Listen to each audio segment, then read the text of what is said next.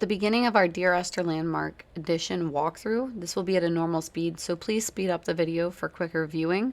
All achievement points will be marked. Keep in mind the Stack de Armin, or the cliff fall, in Seanchaidh. Definitely butchered that. The drowning one can be done at any time near water or a cliff. So familiar to me that I have to remind myself to actually see the forms and The shapes in front of me. who's walking me. I could stumble blind across these rocks, the edges Hi, of these guys. precipices, without fear of missing my step and plummeting down to sea. Besides, I've always considered that if one is to fall, it is critical to keep one's eyes firmly open. Not yet. Yeah.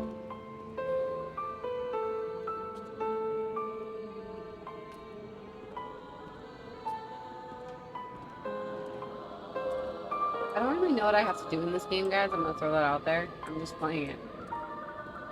Hi, guys. How are you? Great day. Great morning. Are you guys got your coffee for the day? Eat?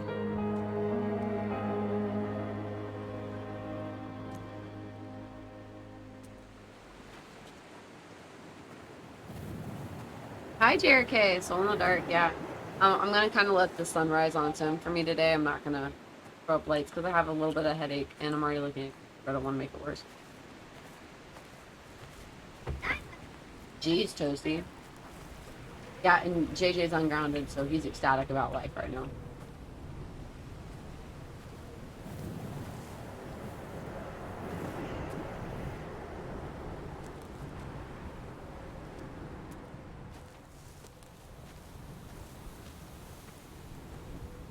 What all have you been doing, Toasty? Donnelley reported the legend of the hermit, a holy man who sought solitude in its most pure form. Allegedly, he rode here from the mainland in a boat without a bottom, so all the creatures of the sea could rise at night to converse with him. How disappointed he must have been with their chatter. Perhaps now, when all that haunts the ocean is the rubbish dumped from the tankers, he'll find more peace. They say he threw his arms wide in a valley on the south side, and the cliff opened up to provide him shelter. They say he died of fever 116 years later. The shepherds left gifts for him at the mouth of the cave, but Donnelley records they never claimed to have seen him. I have visited the cave and I have left my gifts, but like them, I appear to be an unworthy subject of his solitude. Okay, so that's where we need to get to. There's a light flashing. Sounds rough. Yeah, I've heard of 5 guys, but never 6.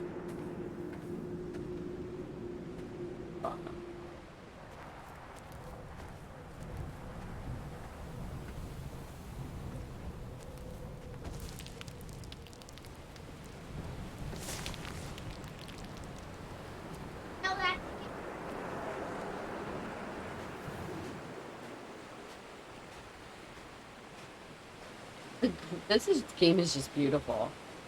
Hi, lol. How's it going? We're going to attempt a 100% today. There's no running setting, though, so, like... I don't know where the fuck I gotta go. God, that's it.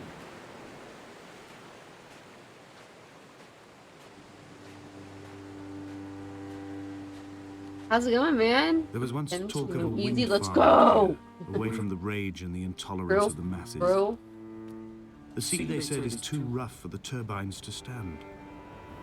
They clearly never came here to experience the becalming for themselves. Personally, I would have supported them. Turbines would be a fitting contemporary refuge for a hermit. The revolution and the permanence. Extra small.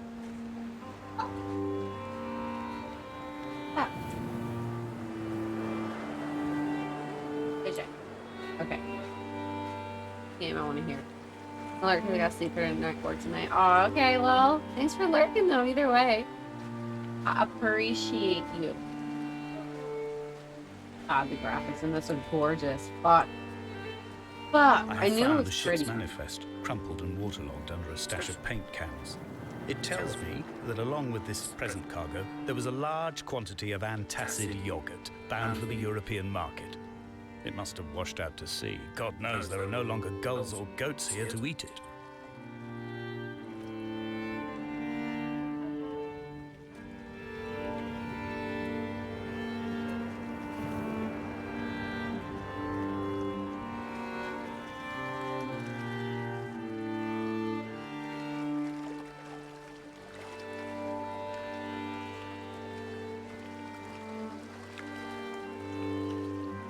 Emo has a breakfast with Dusty in person. Okay. Either way, thank you. Hope you enjoy breakfast. I didn't know where my phone was and my alarm just went off. Super fucking aggressive.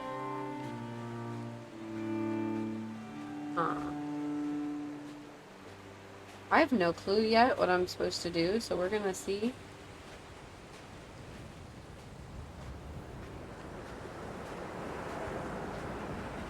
No, not yet. I don't know how to get there. I guess that's part of what I'm supposed to be doing.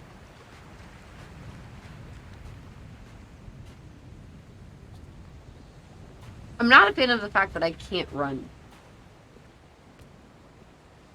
Gotta go to the third floor. Oh, God. You're like, cool, time to work. Can't work.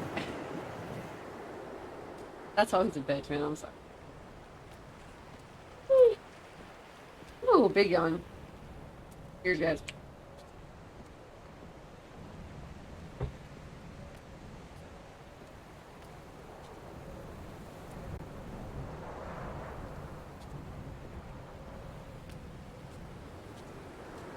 Later, taters.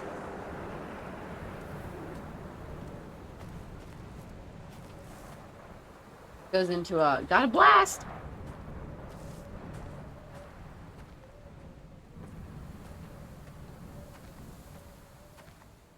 How is everybody today, guys? How are we? I'm gonna brighten up as the day The goes. mount is clearly the focal point of this landscape. Pop into there.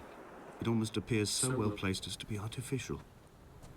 I find myself easily slipping into the delusional state of ascribing purpose, deliberate motive to everything here. Hey, Al, how's it going? Was this island formed during the moment of impact? When we were Did you torn fart? loose from our moorings, and the seatbelts cut motorway lanes into our Did you chests fart? and shoulders, did it first break surface then?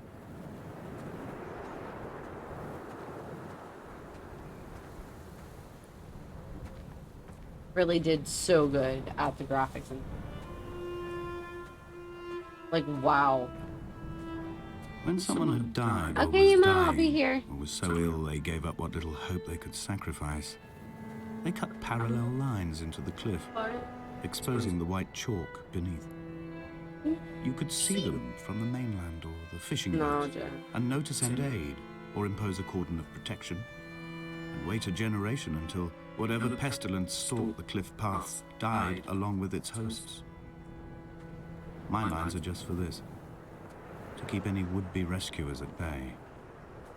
The infection is not simply of the flesh.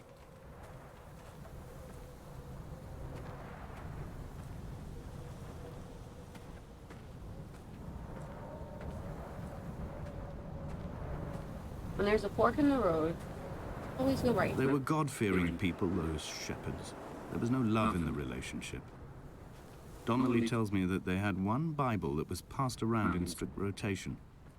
It was stolen by a visiting monk in 1776, 2 years before the island was abandoned altogether. In the interim, I wonder, did they assign chapter and verse to the stones and grasses, marking the geography with a superimposed significance that they could actually walk the Bible and inhabit its contradictions? Ooh, this is going to be an interesting storyline.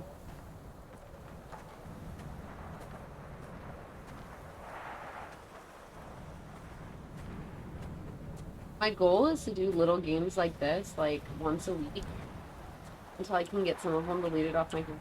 I have like 5 or 6 that are just downloaded that I. Dear Esther, I met Paul. I made my own little pilgrimage. My Damascus, a small semi-detached on the outskirts of Wolverhampton. We drank coffee in his kitchen and tried to connect to one another.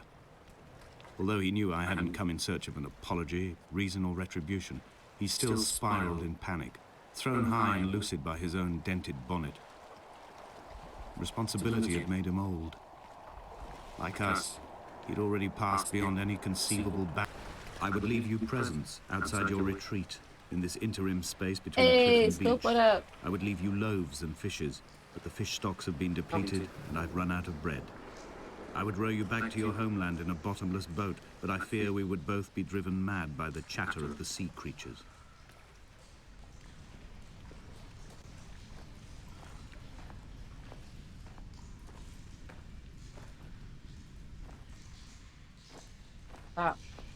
chemical makeup of something. Second time I've seen it now. Kraken. Wall badge. Dang. Why did you ask me that earlier too, Jay? Use your brain. I don't know. What is up? Spill palace stream. Go. Dude, just go and stop. Let me play this. It's just like a story game. I'm not really sure quite sure yet what it is. I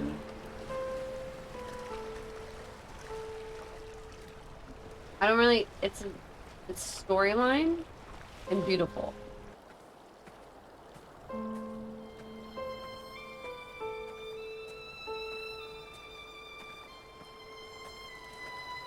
That is horrible, JJ. That is such a bad fart. That is disgusting. Smells like something died in you.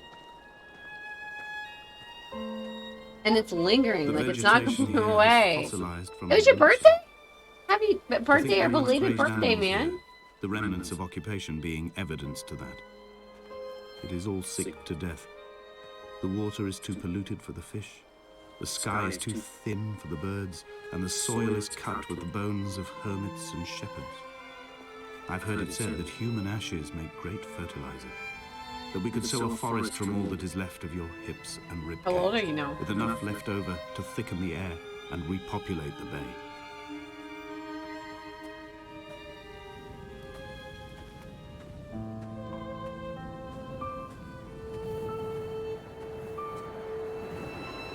Look about the one Bible. I'm gonna go that way first.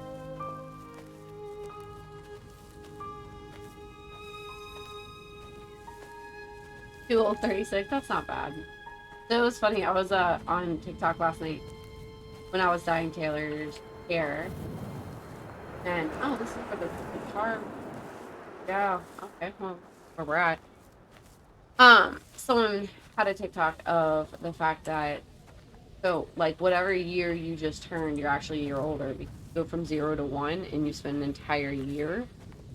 So it's not like it's not it's not the beginning of your year. It's essentially the end of your year when you turn from your birthday. I don't know how to explain it, but yeah.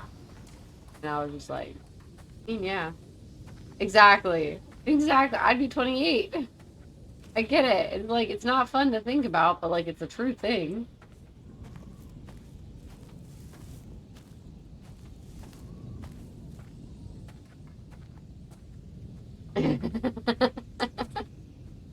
You're like, yeah, don't know. I love it. I'm fine with that. It's okay. You're whatever age you want to be, Scope. Live young or die old. Hey, finish one chapter. Means I got an achievement. Dear Esther, I have now driven the stretch of the M5 between Exeter and Bristol over 21 times. But although I have all the reports and all the witnesses and have cross-referenced them... And then go back to the commentary one. Dear Esther, I have now driven the stretch of the M5 between Exeter and Bristol over 21 times. But although I have all the reports and all the witnesses and have cross-referenced them within a millimetre using my ordnance survey maps, I simply cannot find the location. You'd think there would be marks to serve as some evidence. It's somewhere between the turn-off for Sanford and the welcome brake services. But although I can always see it in my rear-view mirror, I have as yet been unable to pull ashore.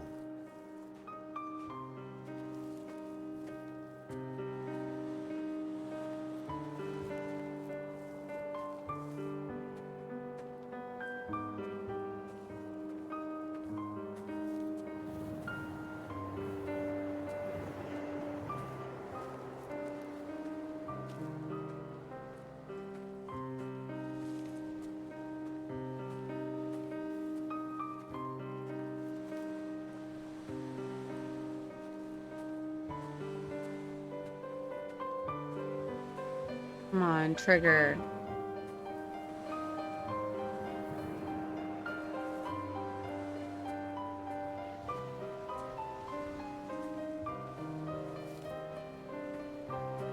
I didn't come this way at all last time. It's only at night that this place makes any There's sluggish one. effort at life.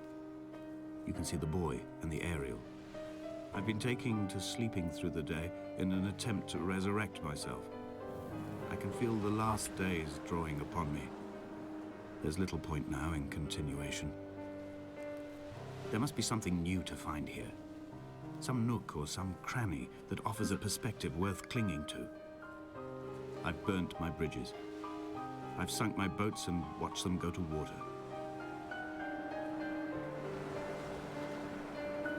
Okay, there was one audio cue. Let's see where the other one is.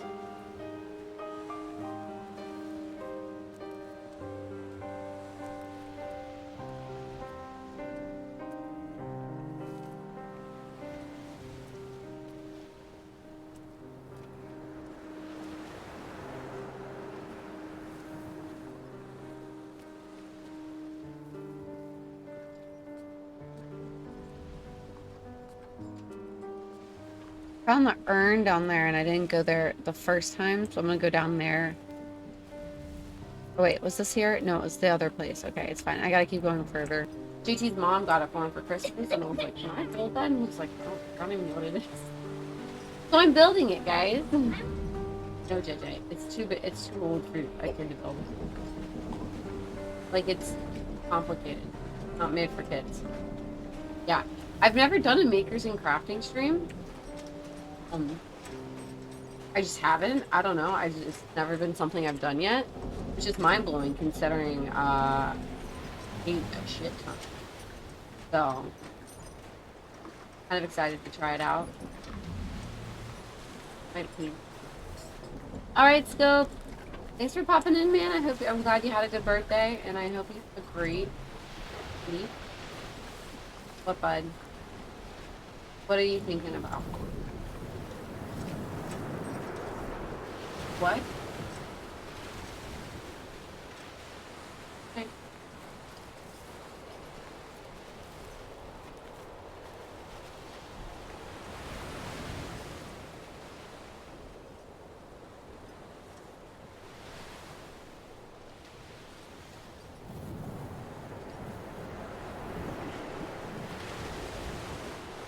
There must be a hole in the bottom of the boat.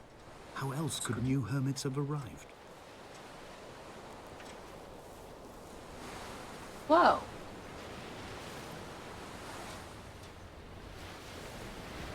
And neither did he eat nor drink. I didn't realize this was going to be biblical. I'm not mad. I'm curious. Look, you can see how yellow my... going blue. So I don't want to keep dyeing my hair too much longer, even though my emotes are going to have the color. So I plan on doing blue, like amethyst purple, like a nice deep purple, I had kidney and stones, then red and you before visited I me in the stopped hospital. dyeing it. After the operation, when I was still half submerged in anesthetic, your outline and your speech both Maybe like a blurred. bright red. An island and made their escape, and you have been rendered opaque by the car of a drunk.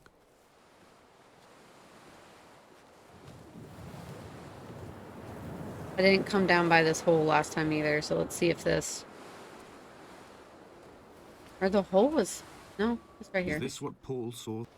Now my stones have grown into an island and made their escape, and you have been rendered opaque by the car of a drunk.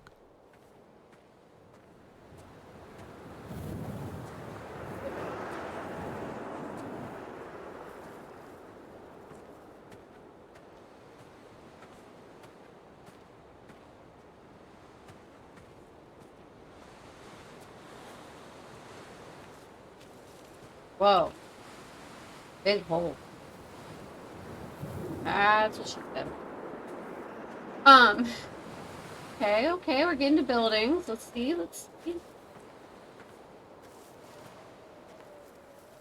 This is so pretty. I've begun my ascent on the green slope of the western side.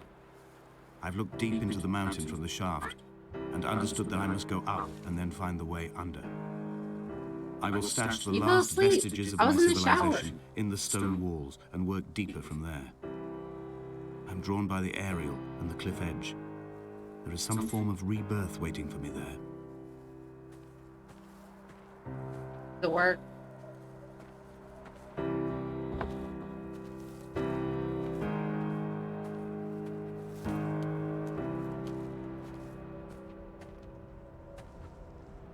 A syringe?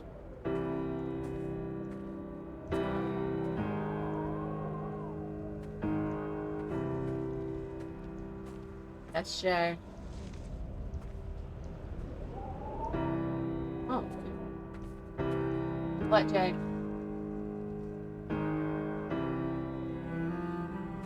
It is what like this.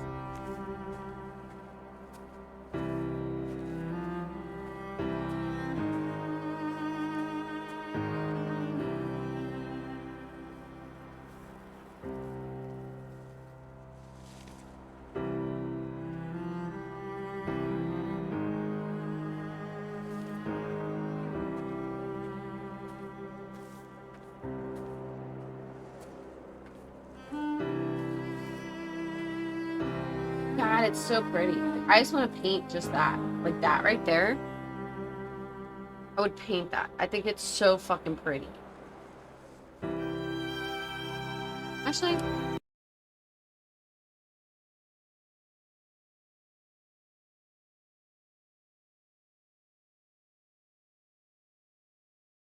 I am actually.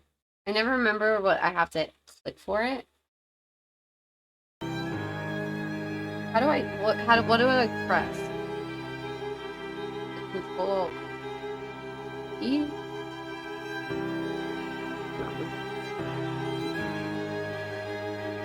No.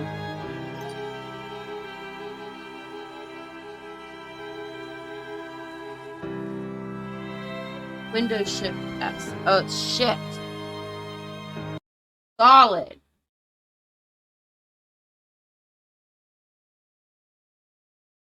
There we go. Thank you. I was doing Control instead of Shift, or I would have had it. Damn it.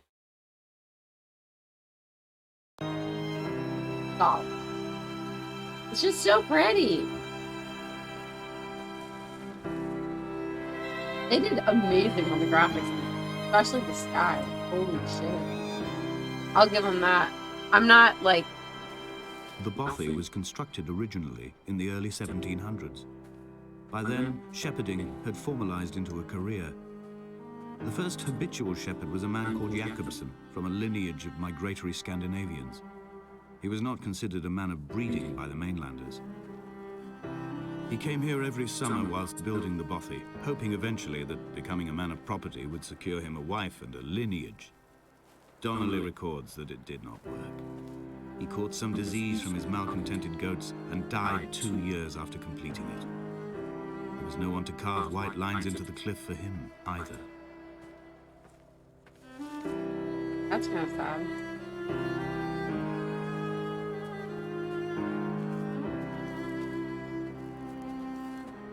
Buddy, what are you doing?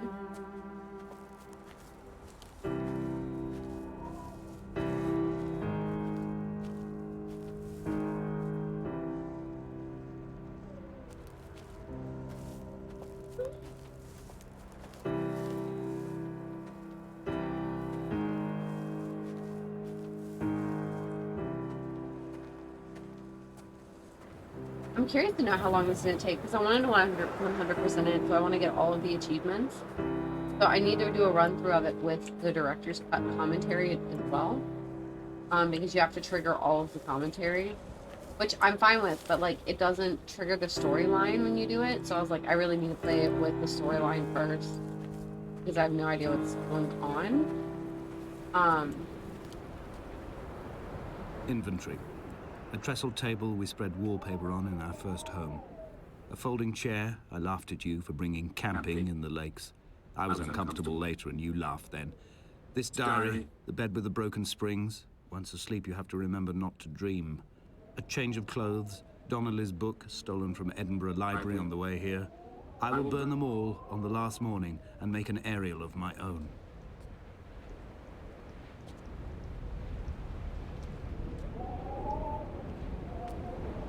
It's such a pretty. I don't remember. I don't remember where or when I got this. I think it was on sale. I know it's on Steam. Um, I think it was on sale, and I was like, "This is a gorgeous game. I want to play." Or like I had looked at it and like was reading it, and I know it's storyline based. Oh, what do you mean? If you were sleeping until you had to work.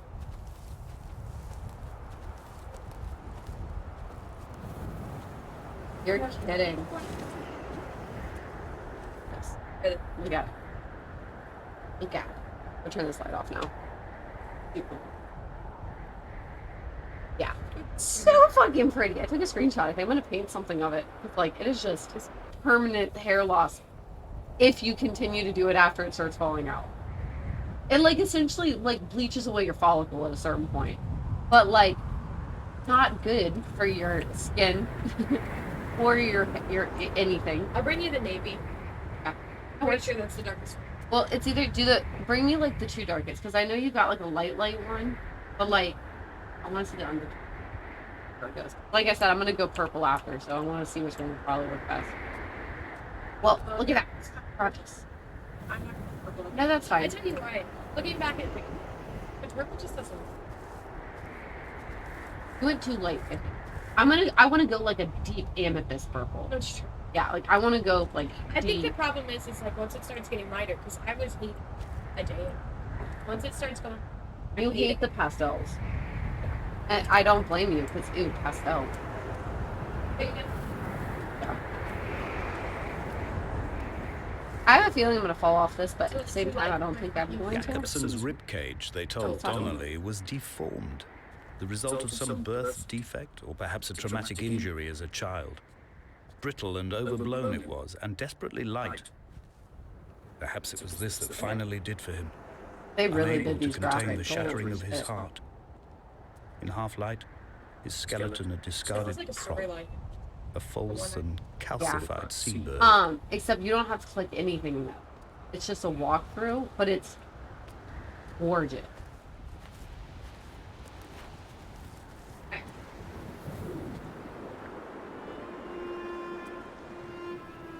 Okay. Pastels are They fucking found awful, you're Jakobson correct. in early spring. The thaw had Well, only there's- just come. Even though he'd been dead nearly 7 pull months, his body had been frozen right down to the nerves. Pull up and had lyrics. not even begun to Thank you. decompose. His fingernails were raw and bitten to the quick. They found the phosphorescent moss that grows in the caves deep under the nails. Whatever he'd been doing under the island when his strength began to fail is lost. He'd struggled halfway up the cliff again, perhaps in a delirium, perhaps trying to reach the Bothy's fire before curling into a stone and expiring. There are a lot of shipwrecks on this island for there being a lighthouse on it. A lot.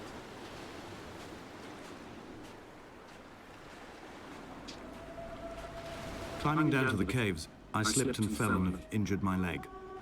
I think the femur is broken. It is clearly infected.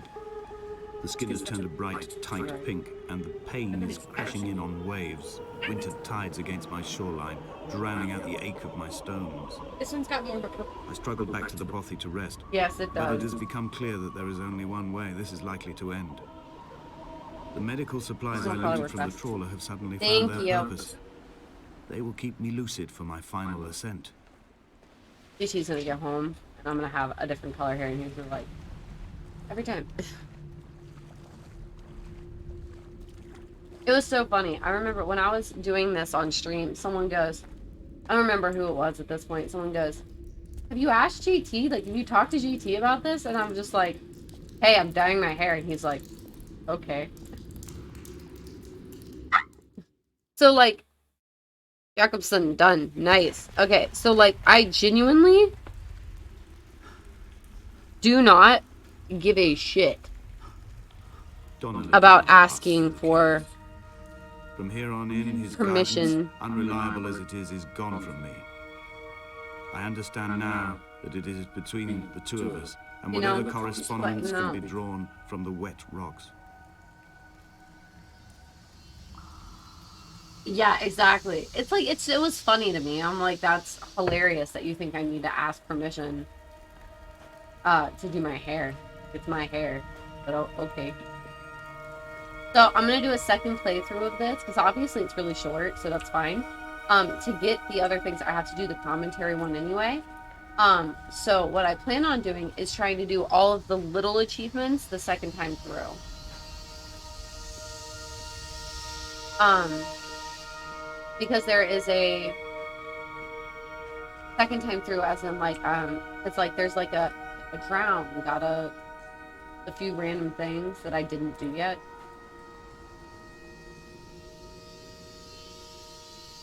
All right, I'm gonna refill my coffee super quick, guys. Please enjoy the visuals of this game really quick, and I'll be right back.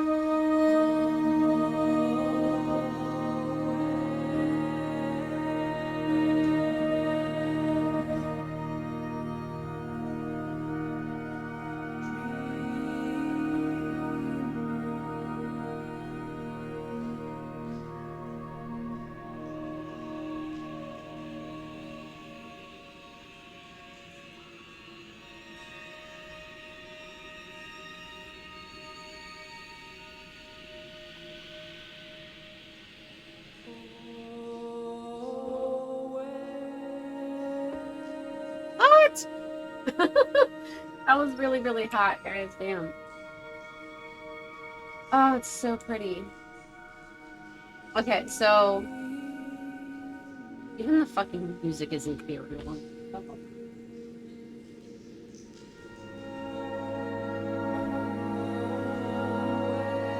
Sorry. The one thing I have realized about where my desk sits, slightly annoying. I kind of just deal with it.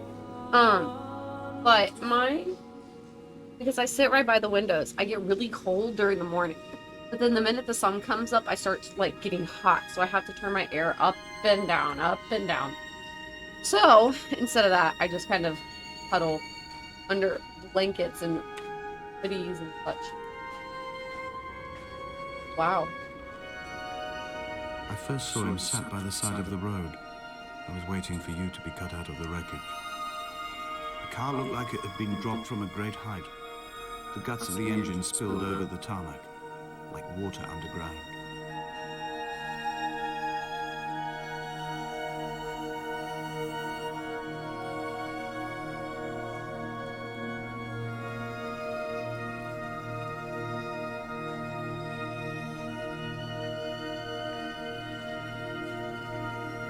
So pretty.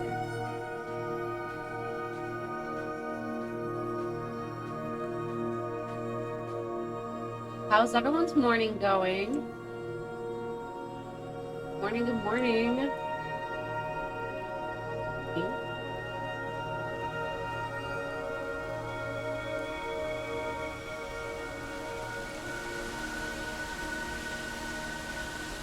Do I gotta do it?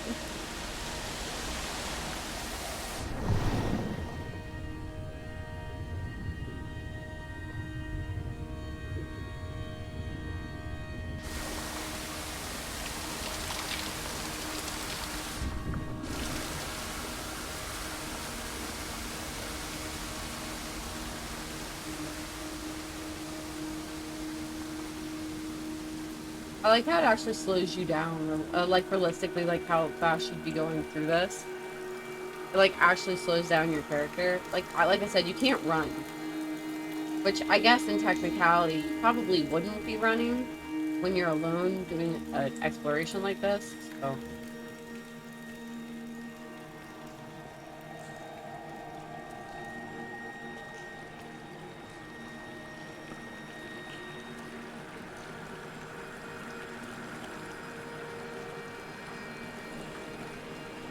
Ow. I haven't done my yoga yet today. I got to do yoga, and I promised JJ I'd do a puzzle with it constantly fell asleep on me. So I'm probably gonna get a puzzle out. Wow. They really went hard with how this looks.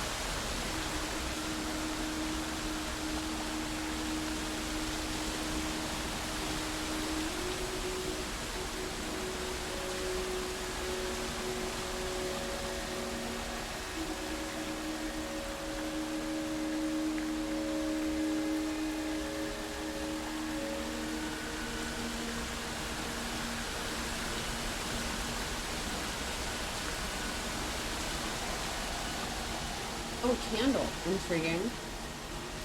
Intriguing that it's still lit. I mean.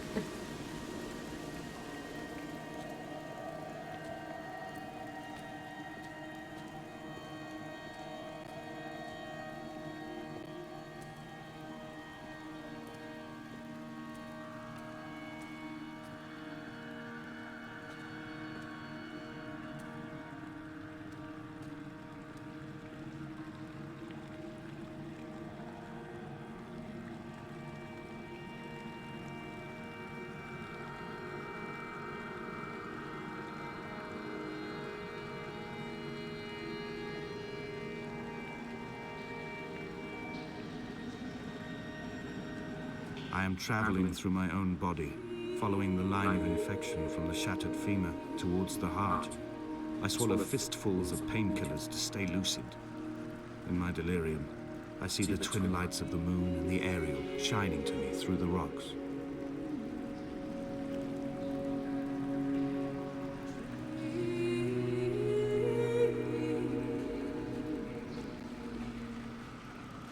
They did so good at this.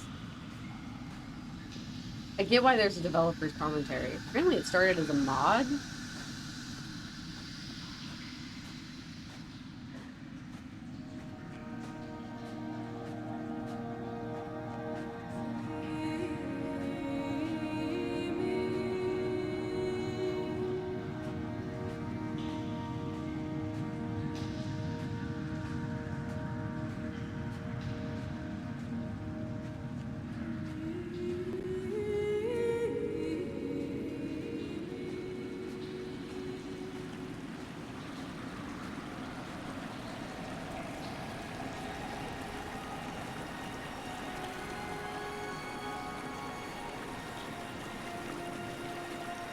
Oh, so it will carry you. That's kind of nice.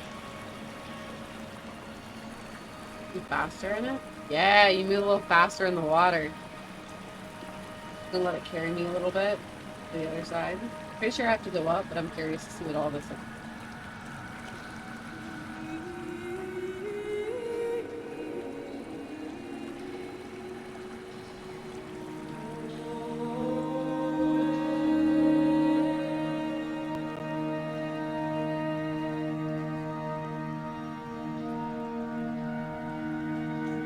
Wow, this music is beautiful.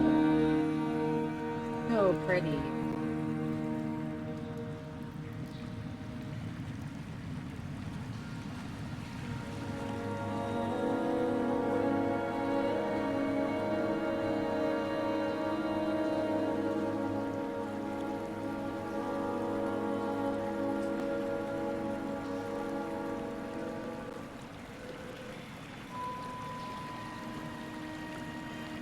Oh, what?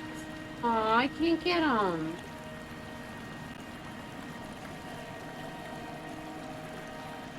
That's neat.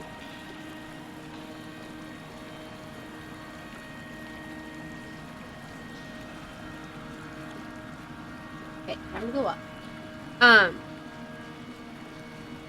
You want to do anything fun today? Correcting.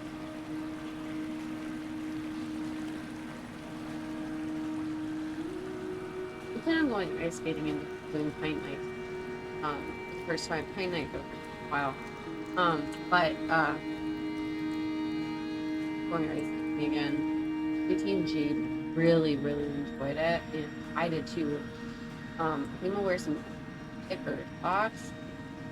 Feeling the arch of my foot. The skates have zero arch support, so like the arch of my feet ended up coming after. I think I'll wear thicker socks and hope that helps.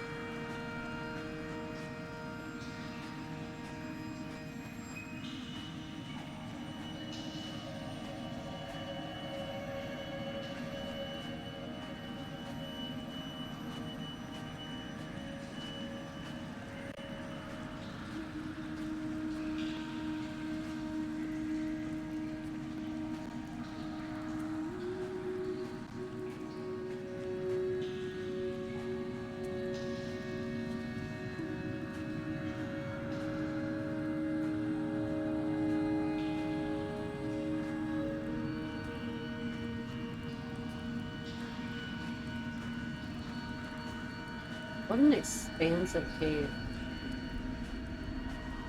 And like, look at that. Like, they did so good. Damn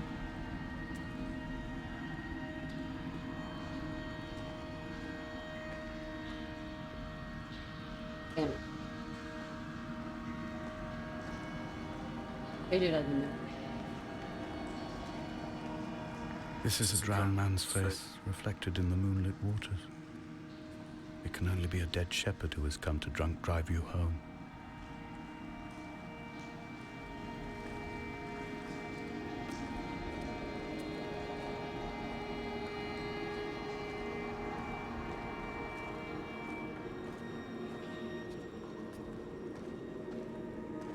I know what the mask is.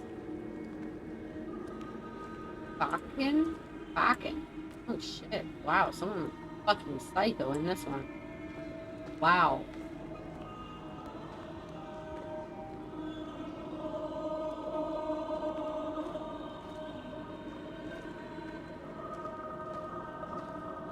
Like, it's so cool looking though, right? Like tree roots and chemicals.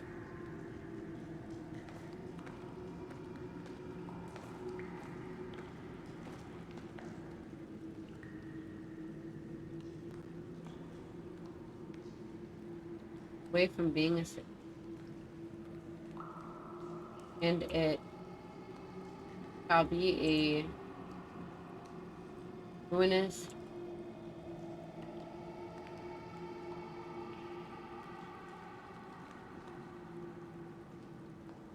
so pretty.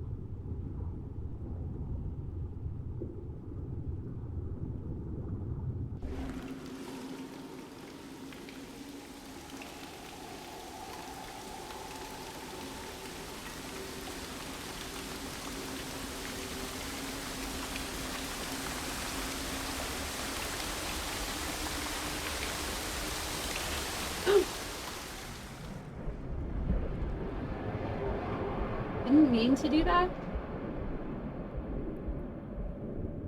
What?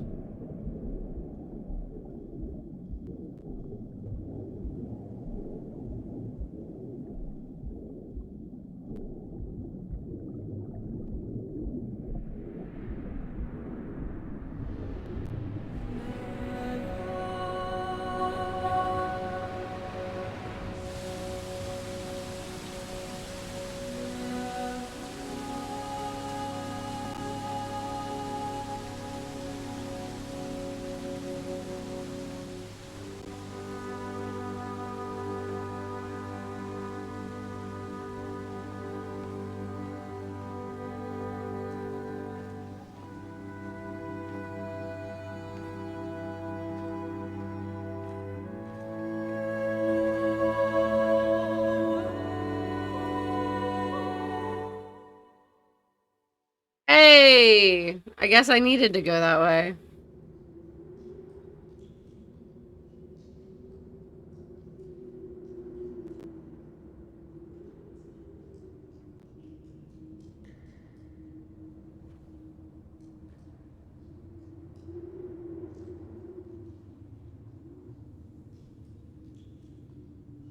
You know, listen, I was trying to go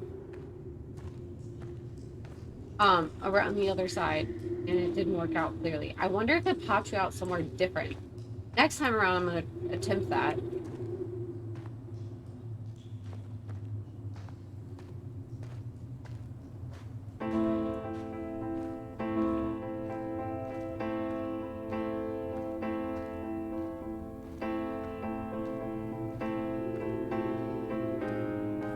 I wish I could have known Donnelley in this place.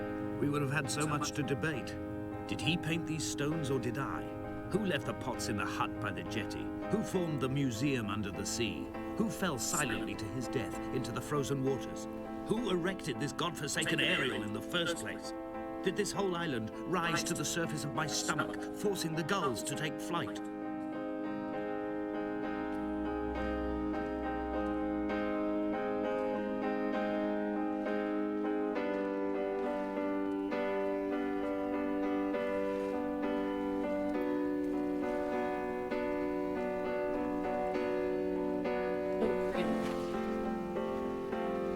They literally did so amazing.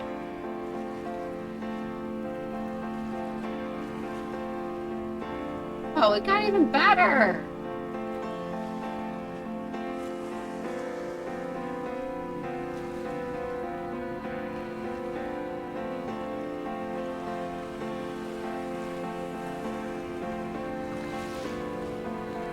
Want it.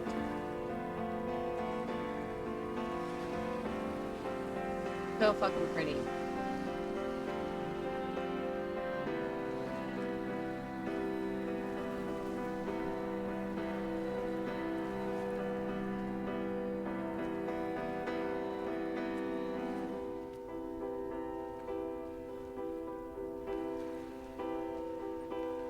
Why are you putting that out here?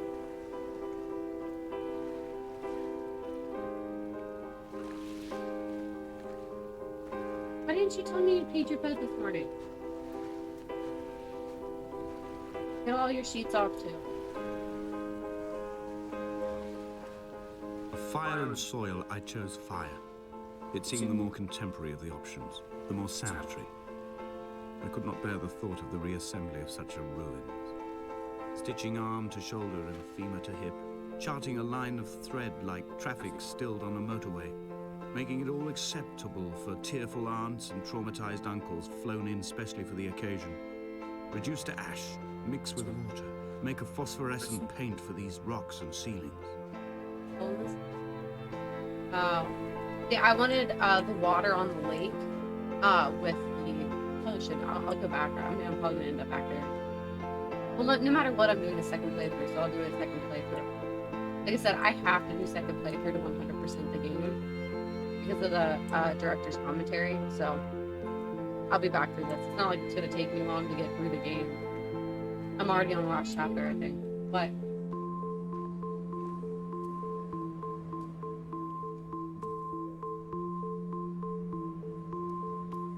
We're like 50-50.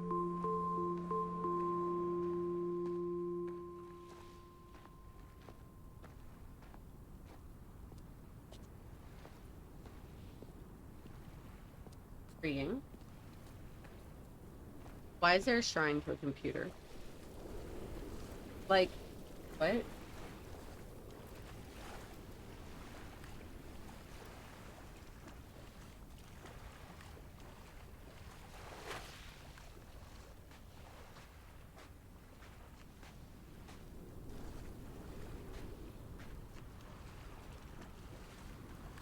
Man, it is so fucking pretty. I know I keep repeating it, guys. Sorry. But Jesus.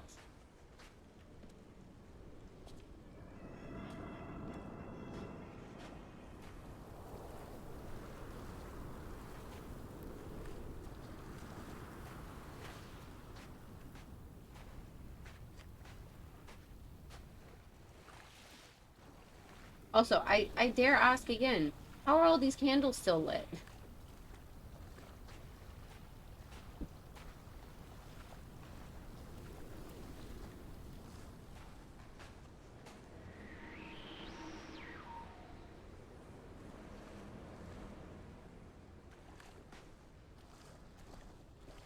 These like the biggest candles ever. There hasn't been a single Remember any?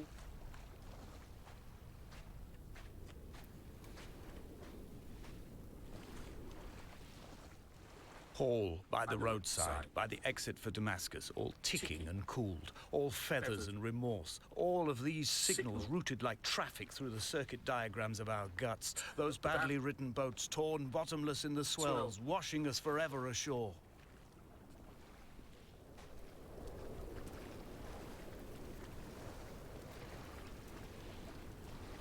Light from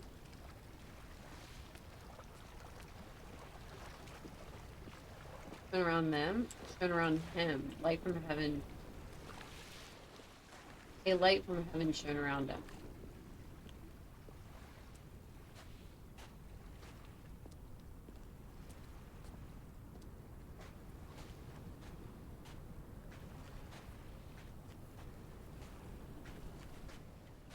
Hi everyone. How are we today? Whatever it is. Hope you're having a good one either way. I'm having my morning From coffee. here, I can see my armada. I collected all the letters I'd ever meant to send to you, if I'd have ever made it to the mainland, but had instead collected at the bottom of my rucksack, and I spread them out along the lost beach. Then I took each and every one, and I folded them into boats. I folded you into the creases, and then, as the sun was setting, I set the fleet to sail. Shattered into 21 pieces, I consigned you to the Atlantic, and I sat here until I'd watched all of you sink. That explains the paper boats in the cave. That is so sad. So a guy gets shipwrecked here, finds crazy stuff, but still misses.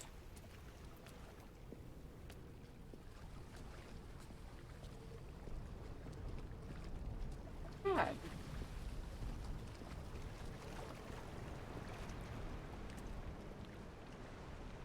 On a sudden, a light from heaven.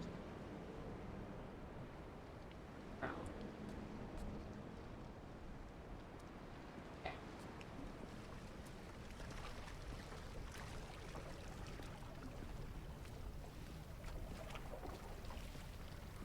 Might have gone the wrong way.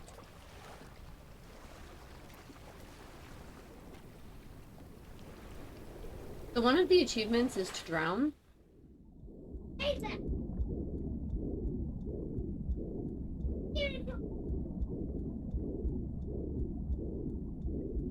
Come back.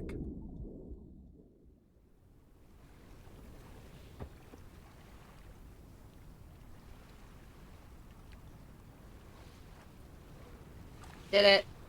Did it. I did it. Ah. Steps to go up, actually. A dum-dum. Well, I got the drowned to death achievement. So, one done. Actually, we're actually down 4 already? So I have to die from falling off a cliff. That should be pretty easy once I get up top. 5,000 steps, which after 2 playthroughs I'm sure will be fine, because it's a lot of walking. Trigger all voice points, which is 34 of them. I don't know how many I've done, obviously. And then trigger all the director commentary, which is 54 in the other playthrough. Finish the last chapter, and then find 4 urns. It says uncover 4 urns.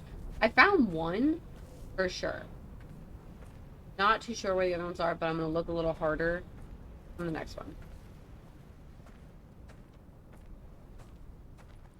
The urn one seems is When good. Paul keeled over dead on the road to Damascus, they resuscitated him by hitting him in the chest with stones gathered by the roadside. He was lifeless for 21 minutes, certainly long enough for the oxygen levels in his brain to have decreased and caused hallucinations and delusions of transcendence. I'm running out of painkillers, and the moon has become almost unbearably bright.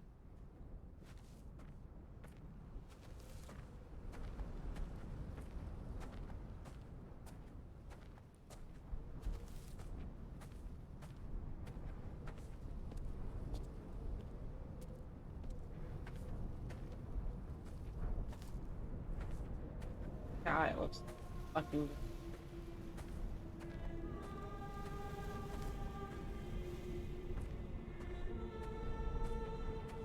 Don't forget, guys, got a giveaway going on the 22nd. I've begun my voyage in a paper boat without a bottom. I will fly to the moon in it. I've been folded along a crease in time, a weakness in the sheet of life. Now you've settled on the opposite side of the paper to me. I can see your traces in the ink that soaks through the fiber, the pulped vegetation. When we become waterlogged and the cage disintegrates, we will intermingle. When this paper aeroplane leaves the cliff edge and casts parallel vapor trails in the dark, we will come together.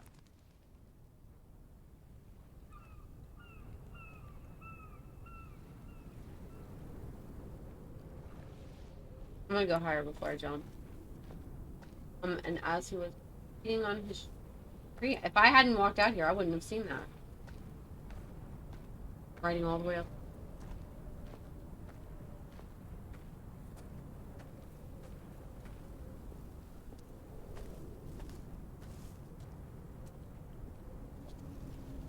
Such a chill game.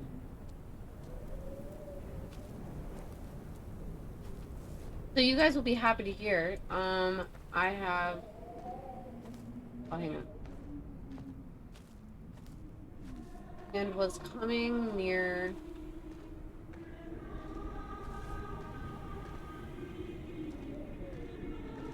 I'll be able to read it from up there.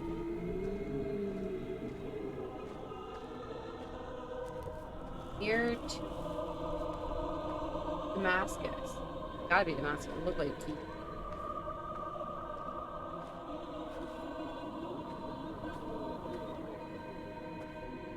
And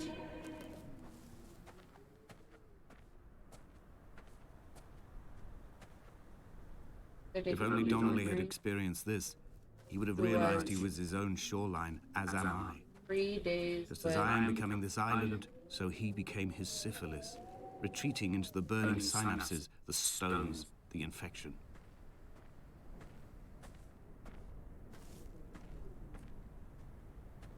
It was 3 days without sight. This is so gorgeous.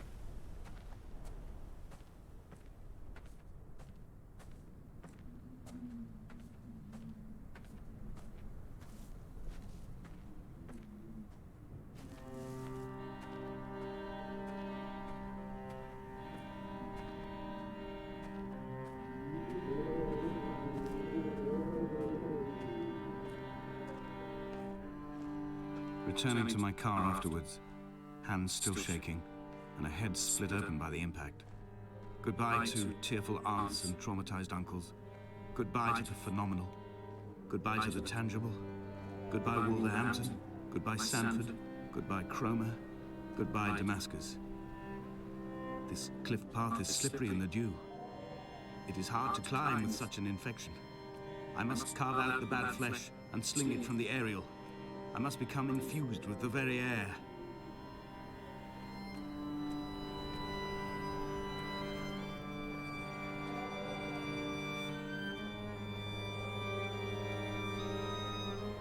You know what I heard? This is a perfect time to jump. That's what the fuck I heard. Wish me luck, guys. Come back. Yeah, I'm gonna go ahead and knock that off because I know I just. Yeah. Make that 5 achievements done already. Where did we start with?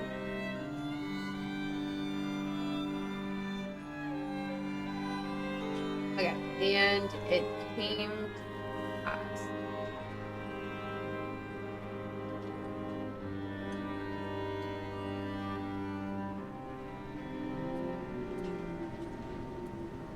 That as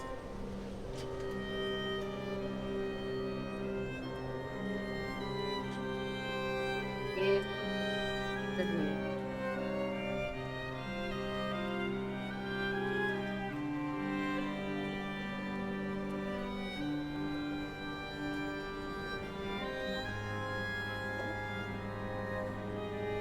Oh shit, that one was an accident.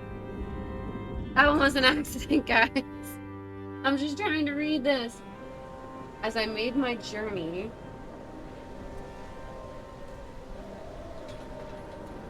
and was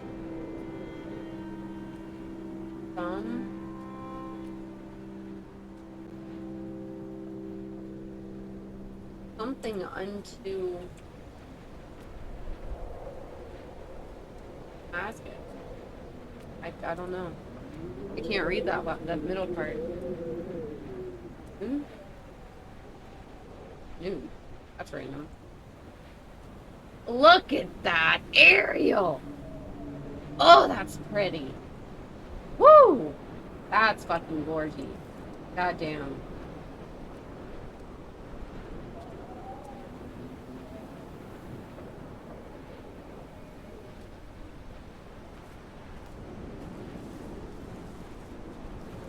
It is. Like, they did so fucking good. Listen, you give me a first-person shooter that has this kind of visuals, I happily will try playing it. It is fucking beautiful. I could not see A gull perched on a spent bonnet, sideways, whilst the sirens fell through the middle distance and the metal moaned in grief about us. I'm about this night in walking, old bread and gull bones, old Donnelley at the bar gripping his drink, old Esther walking with our children, old Paul as ever, old Paul. He shakes and he shivers and he turns off his lights alone.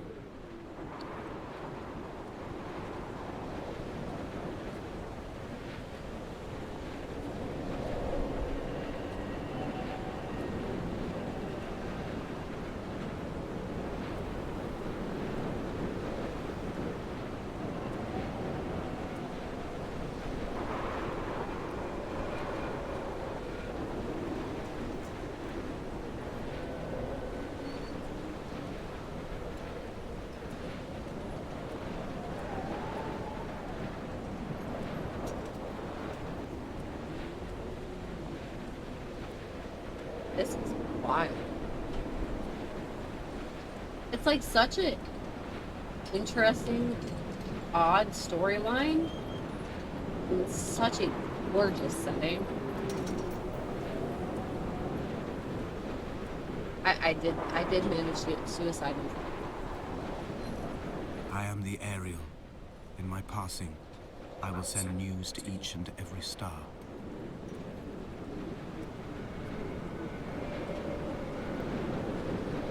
Dear Esther, I have burnt my belongings, my books, this death certificate. Mine will be written all across this island. Who was Jakobson? Who remembers him? Donnelley has written of him, but who was Donnelley? Who remembers him? I have painted, carved, hewn, scored into this space all that I could draw from him. There will be another to these shores to remember me. I will rise from the ocean like an island without bottom, come together like a stone, become an Ariel, a beacon that they will not forget you. We've always been drawn here. One day the gulls will return and nest in our bones and our history. I will look to my left and see Esther Donnelley flying beside me. I will look to my right and see Paul Jakobson flying beside me. They will leave white lines carved into the air to reach the mainland, where help will be sent.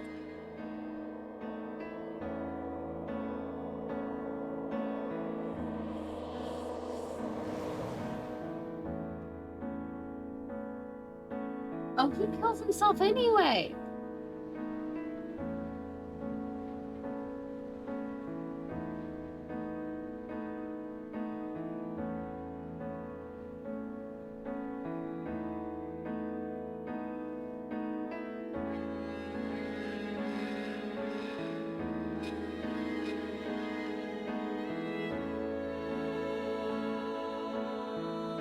Was that a bird? It's what?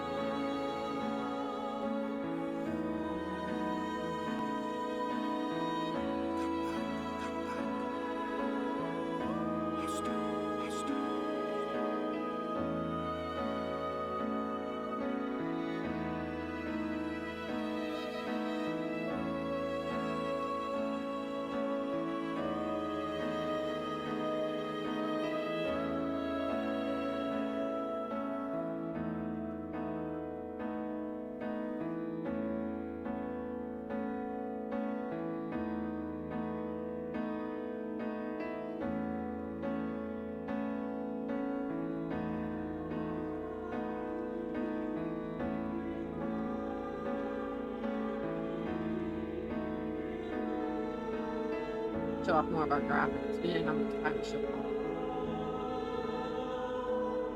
Turned into a fucking bird?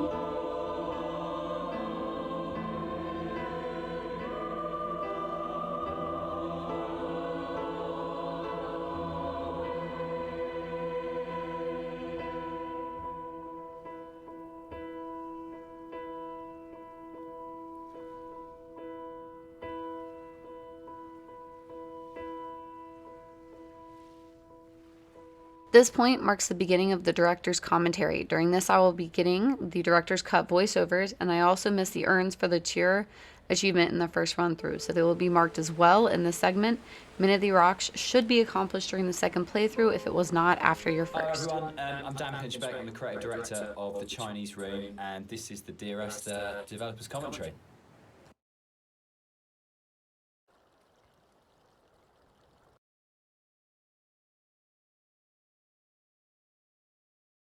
Hi, I'm Robert Briscoe. I'm the artist on Dear Esther.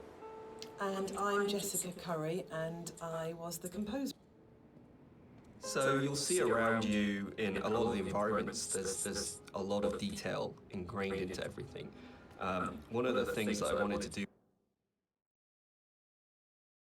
with Dear Esther is bring the visuals up to the same kind of level of detail that Dan and Jess had put into the other areas of the game. So all of the history and the kind of hidden pieces of story that are intertwined with the VOs and the music and stuff, I kind of wanted to bring some of that into the environments.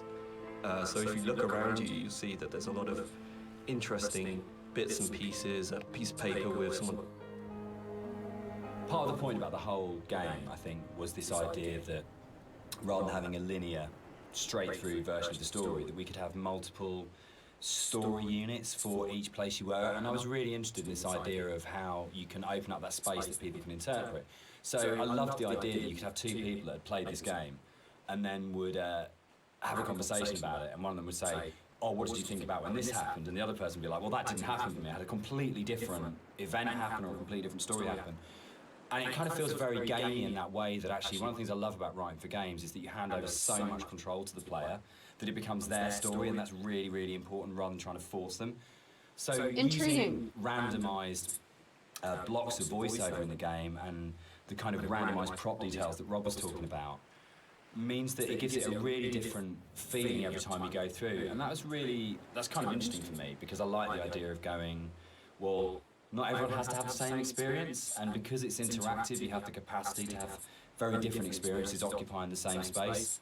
So yeah, but balancing all that then becomes an absolute nightmare. I think it's nice that When I wrote the music for the mod of Dear Esther, there was absolutely no budget whatsoever for live players, so all the music was sampled. But one of the good things about that is it actually forced me to be quite creative about how I wrote the music. So with my background in sound art. Everything about Esther for me is a dream. The landscape is not an island, it's the dream of an island. The music is like music that you wake up because you've heard in your sleep, but you're not conscious of hearing it. And the language and the story was supposed to be like that as well. It didn't matter the sense it made, it was more about the kind of the shapes it created, if that makes sense.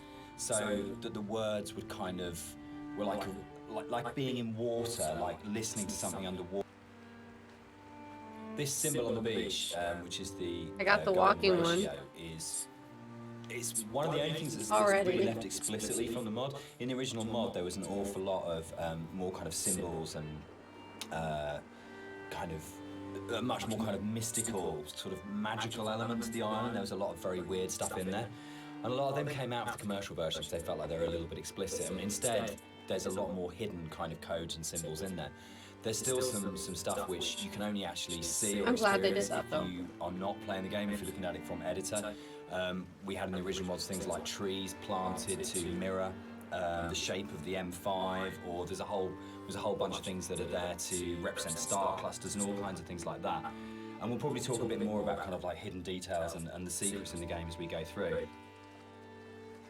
So something I wanted to do as an artist was create some kind of reward for the player when they explore the island. There are some areas of the game where it's a little bit more quieter, there's no music or there's no voiceovers. So I kind of wanted to create a bit of an incentive for people to explore. And you'll find around the island these kind of like random scattered items that are usually slightly out of place from the environment themselves, but in another aspect they actually bring a little bit of story to the island itself, usually to the island or to the actual protagonists or the characters that surround it. So you'll find that around the island these little props and stuff. Just keep your eye out for it if you're exploring.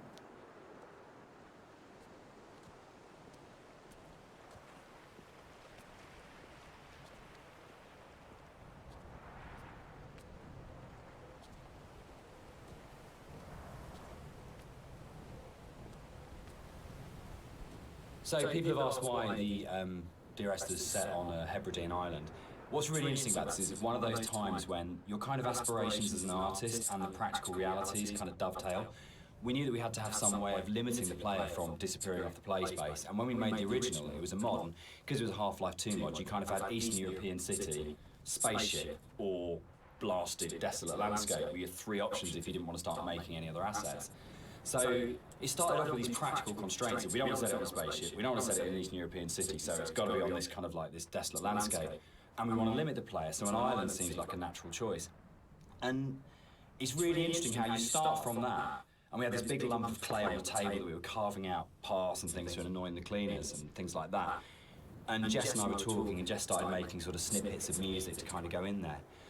And then all of a sudden we just went, oh, that's the story, oh, that's what happened here. But it really started, I think, from the place. And when we started looking at photographs of Buoy, we started going and reading some of the history behind it. Suddenly that was it, and it just was really, really naturally became, this is the play. One of the things you're always trying to do as a composer is create memorable themes. And a slight confession is that probably the most memorable theme, which is Remember in Dear Esther, wasn't actually created for the game. Rob's looking shocked. So it was actually from a piece of choral music that I'd written years before, based on a Christina Rossetti poem called Remember. And one of the things I was talking about earlier was how I didn't have any budget. So I had this piece of choral music, and I thought, hang on, this is absolutely perfect for Esther. But I don't want to use all of it, so the only bit that you actually get in the game is the first line of the choral piece of music. But that actually went on to form the main theme of the music that I wrote. And I think for me it's really interesting about how things that you've written earlier, years before, sometimes come in really, really useful and fit. So I always tell... That's neat. White Lines. Yeah.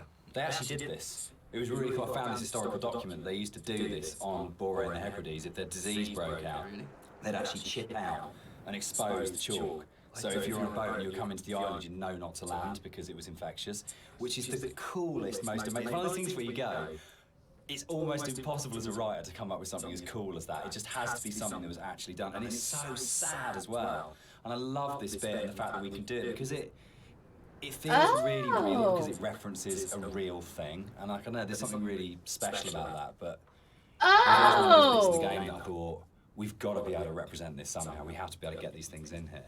Yeah, I mean that's really interesting. I actually didn't know that was actually based historically in real life, but that's really cool. Because so my thing about the White Lines is that it was this completely surreal thing, but also it was kind of.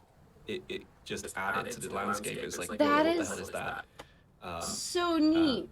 And putting that into the game was kind of challenging because to me it just seemed like, oh, it's going to be really hard to pull off. I'm gonna trigger this next one in a way that's kind of realistic. But then when you look at the kind of art style of the game, it's not really a realistic thing. Like everything is half imagined. Don't spill it, and make sure you bring it back out when you clip on it. Fit into the landscape, and it kind of creates this amazing. Sort of landmark. I had no clue that was actually history based. And I just found it really interesting to hear about that. I think it's one of those things where it's not a realistic place. And I mean, no game is a realistic place anyway, but one of those things where understanding that you're making something which isn't real and you have that kind of capacity to be sort of, to explore it artistically. And we'll come back and talk about sort of like it not being... Alright, I'm gonna go pee really quick while this one... Something that I wanted to bring through in the art of the game was the same kind of fidelity that you find in both Jessica's music and Dan's writing. In the same kind of way that you have all of these little details, these very close attentions to detail that kind of really bring richness to the story. And something that was missing in the original mod version was just this lack of a visual layer of story. And something that I did throughout the art of the game is to add in all these little details here and there, little bits of story, little links to certain things that you may or may not hear or see, just a layer of richness in the world and give you some kind of reward for exploring. So keep your eye out as you look around. Sorry about that, I had to pee.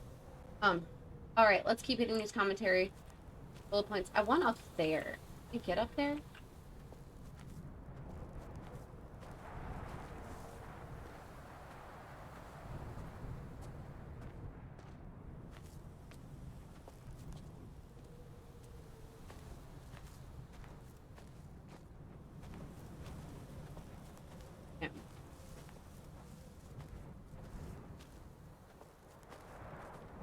This is now second playthrough. We're doing commentary bubbles. I'm currently, this one's gonna be number 12. We had 30. There's a scene in Donnie Darko where Drew Barrymore's I need playing 54. his English teacher, and she talks about celador as being the most beautiful word in the English language, and about it's the sound of words together. And Dear Esther actually comes from the introduction to From a Faith No More song, the Crab song on the first album, Introduce Yourself. And there's a point where I think it's Chuck at that point as the vocalist before Mike Patton just says Dear Esther, and it really lodged with me because the sound Dear Esther just has a really amazing sound to it. And I think when we started making it, and the idea of it being these series of letters to someone came through, it just came straight back out of going, that's just a really beautiful sounding combination of words. And I think that really sums up the whole approach to the writing in Dear Esther of what's the most beautiful combination of words and images we can put together, and to do it that way rather than writing a traditional plot as such. So yeah, I do think I'm actually Dear going to Esther, play this a third Faith. time. Because I'm missing I think the central question to two the of the entire actual like, experience for most storyline people that voices. have played it or are talking about it And they is this don't idea trigger of, during is the island real? Is what's going on a literal event of a man walking across a Scottish island, or is it a dream that he's had? Does the island even exist? And one of the things that we try to do with the writing is to constantly lull the player into a position where they got an understanding, they made a decision about what they thought was going on, and then to undercut it. So you never actually were able to settle on any one interpretation. And that was the challenge I set myself when I wrote the original mod, was can we put a story in a game that not only lends itself to multiple interpretations, but there is no stable interpretation. Every single interpretation you have will always have questions, and you'll never be able to fully trust what you think you understand about the game. So it's challenging, I think, for that result. It becomes quite a challenging kind of game story because of that, because you don't ever get that situation to go, I understand it now, I can walk away from this thing and it's all closed off and it's tidy. It was a very deliberate attempt to say, no matter where you think you are with this story, you're always questioning whether or not that's right. That's intriguing, because at no point did I question... Well, up until the bird.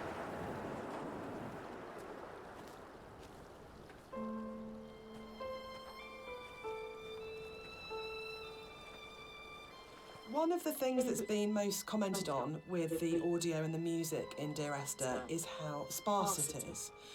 And that was a really deliberate tactic. I wanted to leave room for the player to think and to dream and to wonder and to put their own interpretation into what was happening. And I think the problem with so much modern media is how bombarded we are constantly. It's the kind of MTV, flash in your face, constant music. And Dan and I watch a lot of drama together.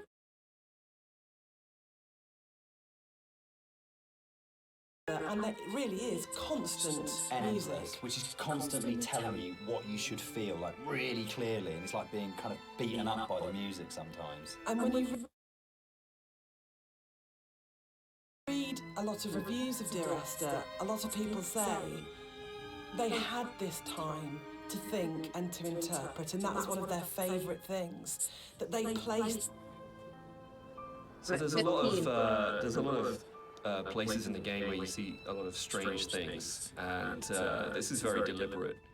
One of the things we wanted to do is just kind of like not spoon feed the player every little piece of story. We kind of just, some things are literally just in there to just kind of let you think and let you decide on whatever you want to bring to the story itself.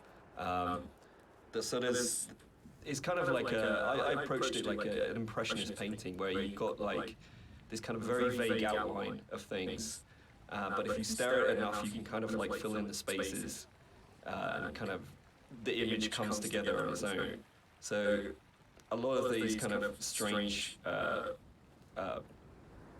pieces of geography and stuff, that's really kind of deliberate in some ways, just to kind of keep the player's mind open and kind of bring their own interpretations of the story through that.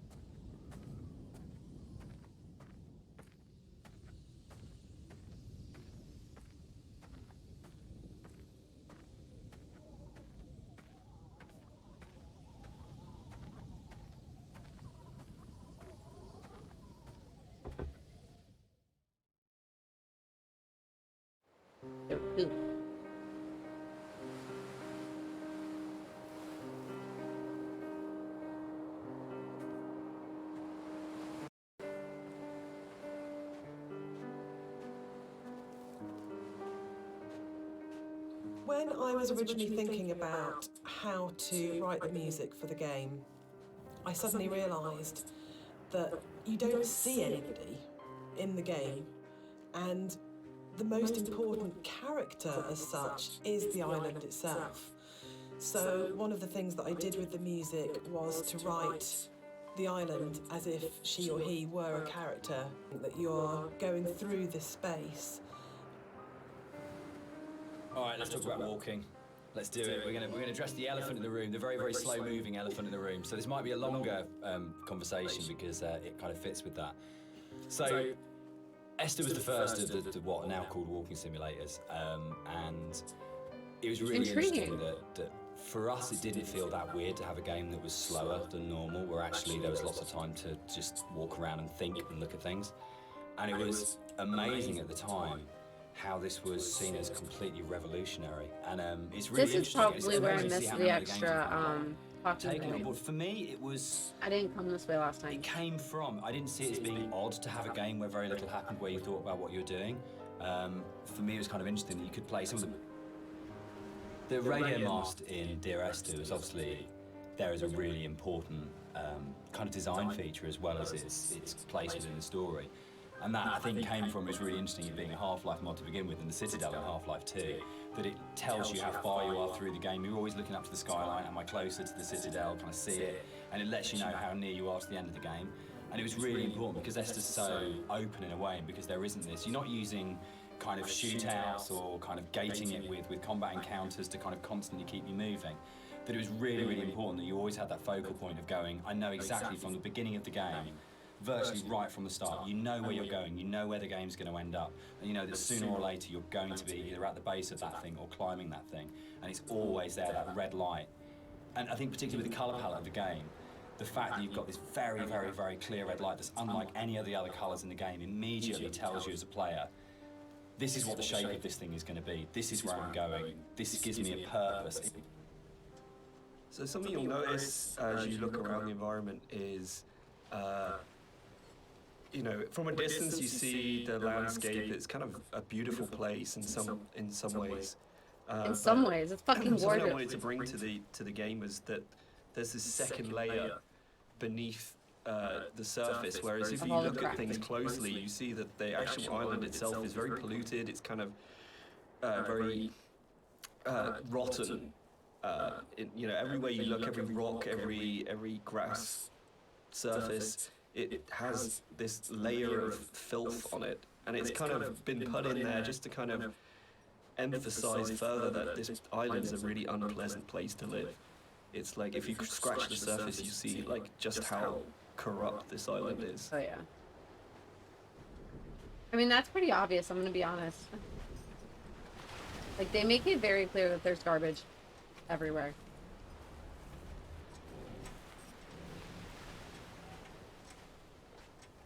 Even though, like, the place is gorgeous, but there is garbage everywhere. Sorry, I am still looking for the second chapter urn. I'm not exactly sure where it's at. So, it, like, the two I've found so far have been by rocks, so I'm assuming it's going to be by rocks. Probably a bad assumption, but, you know.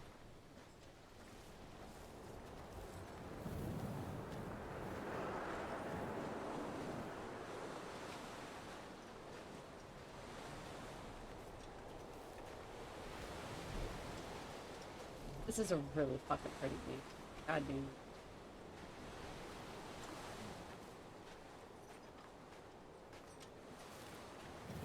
We cast and did all the voice direction for Esther ourselves as the mod, and it was basically Jess and I on a casting website just listening to people's show reels and finding what's the voice of this thing. And there was never any question about Nigel. I think we heard his show reel for the first time around. It's probably been listened to sort of 30 or 40 actors. And we started listening to his show reel and just both looked at each other and went, that's it, that's him. And it was amazing when Nigel came in. We had, I think, a day and a half to do the whole thing. And he just did that amazing thing that really, really great actors did. If he just walked in, got in front of the microphone, and more or less did the entire thing in one take. And we did hardly any retakes on anything. It just felt like his instinct for the character in the game was so strong that he just, without virtually any direction, just came in and just got it. And one of the hardest things with the voiceover that we did was when we went from the mod, which had 3 potential narrative units per queue, to 4 potential narrative units per queue, was not only finding new bits of writing that kind of complemented and played off what was there in the original mod, but for Nigel to come back in, nearly 5 years later, and to just refine that voice in exactly the same way, Wow, and that's deliver it in a way that fitted in interesting. and complemented it was a real testament to his ability as an actor. Did it I think. 5 years later, That holy apart shit. from we had spent quite a lot of time trying to make the sound actually sound the same in terms of mic placement and things like that, but in terms of the actual delivery of those new monologues, you wouldn't know that that was both written and acted sort of 4.5 years after the original thing was done. So Wow. That's impressive. So this hole in the ground was kind of a difficult thing in some ways. It's a bit of a challenging aspect of the game. Because, in some ways, you kind of like, I think for me, we wanted to have this kind of this pit here. I wanted the player to be able to actually go as close as possible and like look over the edge and you know, kind of have this feeling of dread and stuff. But the other issue that we faced was like, what happens if the player just jumps into the hole?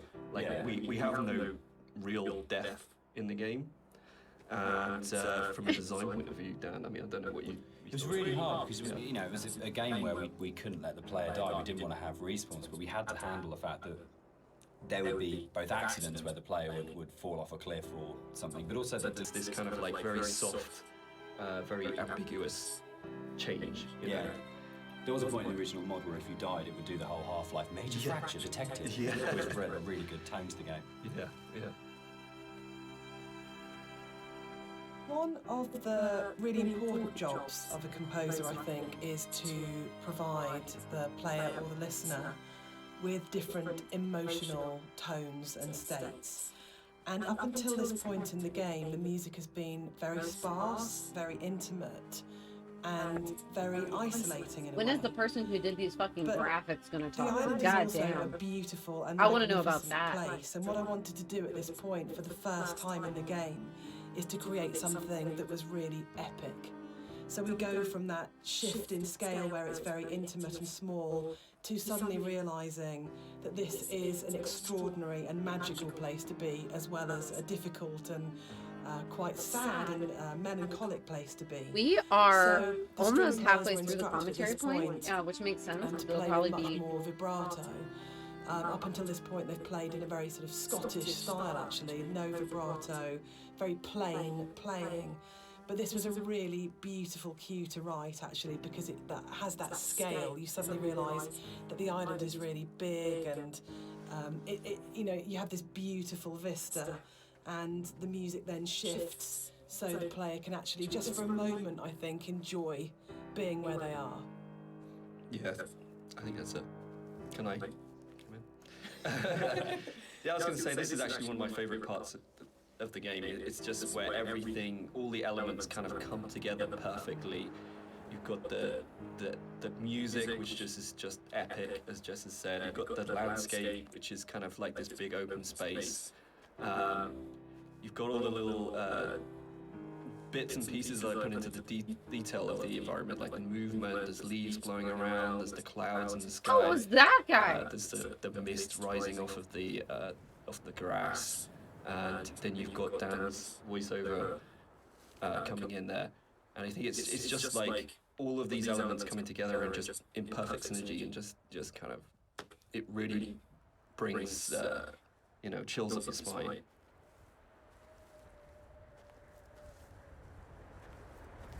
Wow.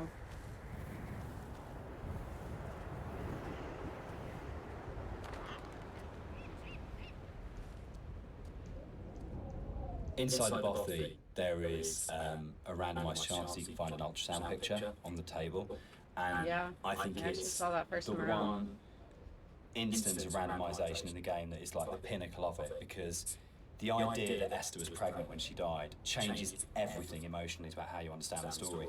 And not to say that you don't care as much if you don't find it, but it just adds this other layer of just the ground falls away from it the first time I saw it, and the meaning of the crash in Esther's death just means so much more when you go, it's not just about her, there was an unborn child here. And I think that's where the randomisation just hits its absolute peak, because it's one tiny detail that may or may not be there. But if it's there, it's going to fundamentally change the way you feel about the entire thing.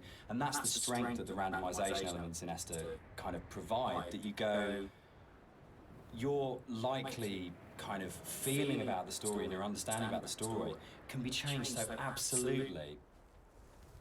So as you leave the bottom, Hi, Judd. How's it the going? one jump scare in the game, which is kind of interesting, because when we made it, we kind of had to, we kind of called it a ghost story, but there was no intention really. We kind of wanted this dreamy, hallucinatory type thing. But when it came out, people started coming back and saying, this game's absolutely terrifying. I was really, really frightened. And that was really amazing. And I think it's because nothing happens. We're so trained in games to go, there's stimulus all the time, but if nothing happens, you're waiting for something to happen. Comfy in bed, fuck And kind yeah, of- sounds I like a tend to good time. go back to again and Stream again end well? the whole sequence in Dead Space 2 when you go back to the Ishimura, and it's like the best bit of Dead Space 2, because for what feels like hours, but it's probably only about 15 minutes, nothing happens and no necromorph comes at you, and it's absolutely terrifying, because it's just this space and you're just left in it. Right. So one of the things that influenced the I'm visuals currently quite a 100% lot in this was, game. I have to do one more tech playthrough after limitations this. at the It's only time. about an hour playthrough, but it's gorgeous. Like, this game and is... also the kind of themes of the game. Like Right now I'm doing the tech-wise, director's we commentary would achievement never, where ever you gonna trigger kind of every director's achieve commentary. photorealism. I am And I think over that was a halfway. good Well, thing. I mean, really, it I'm kind one of, away from being halfway it through. made Well, us sort of stretch out Two into other away. areas, and for me as an artist, it kind of two away from made me being think a little halfway bit more through. creatively. Sorry. So I did a few tests at the beginning, and when I realised this wasn't possible, I kind of went back and I kind of did some. We should probably talk about some of the inspirations behind it.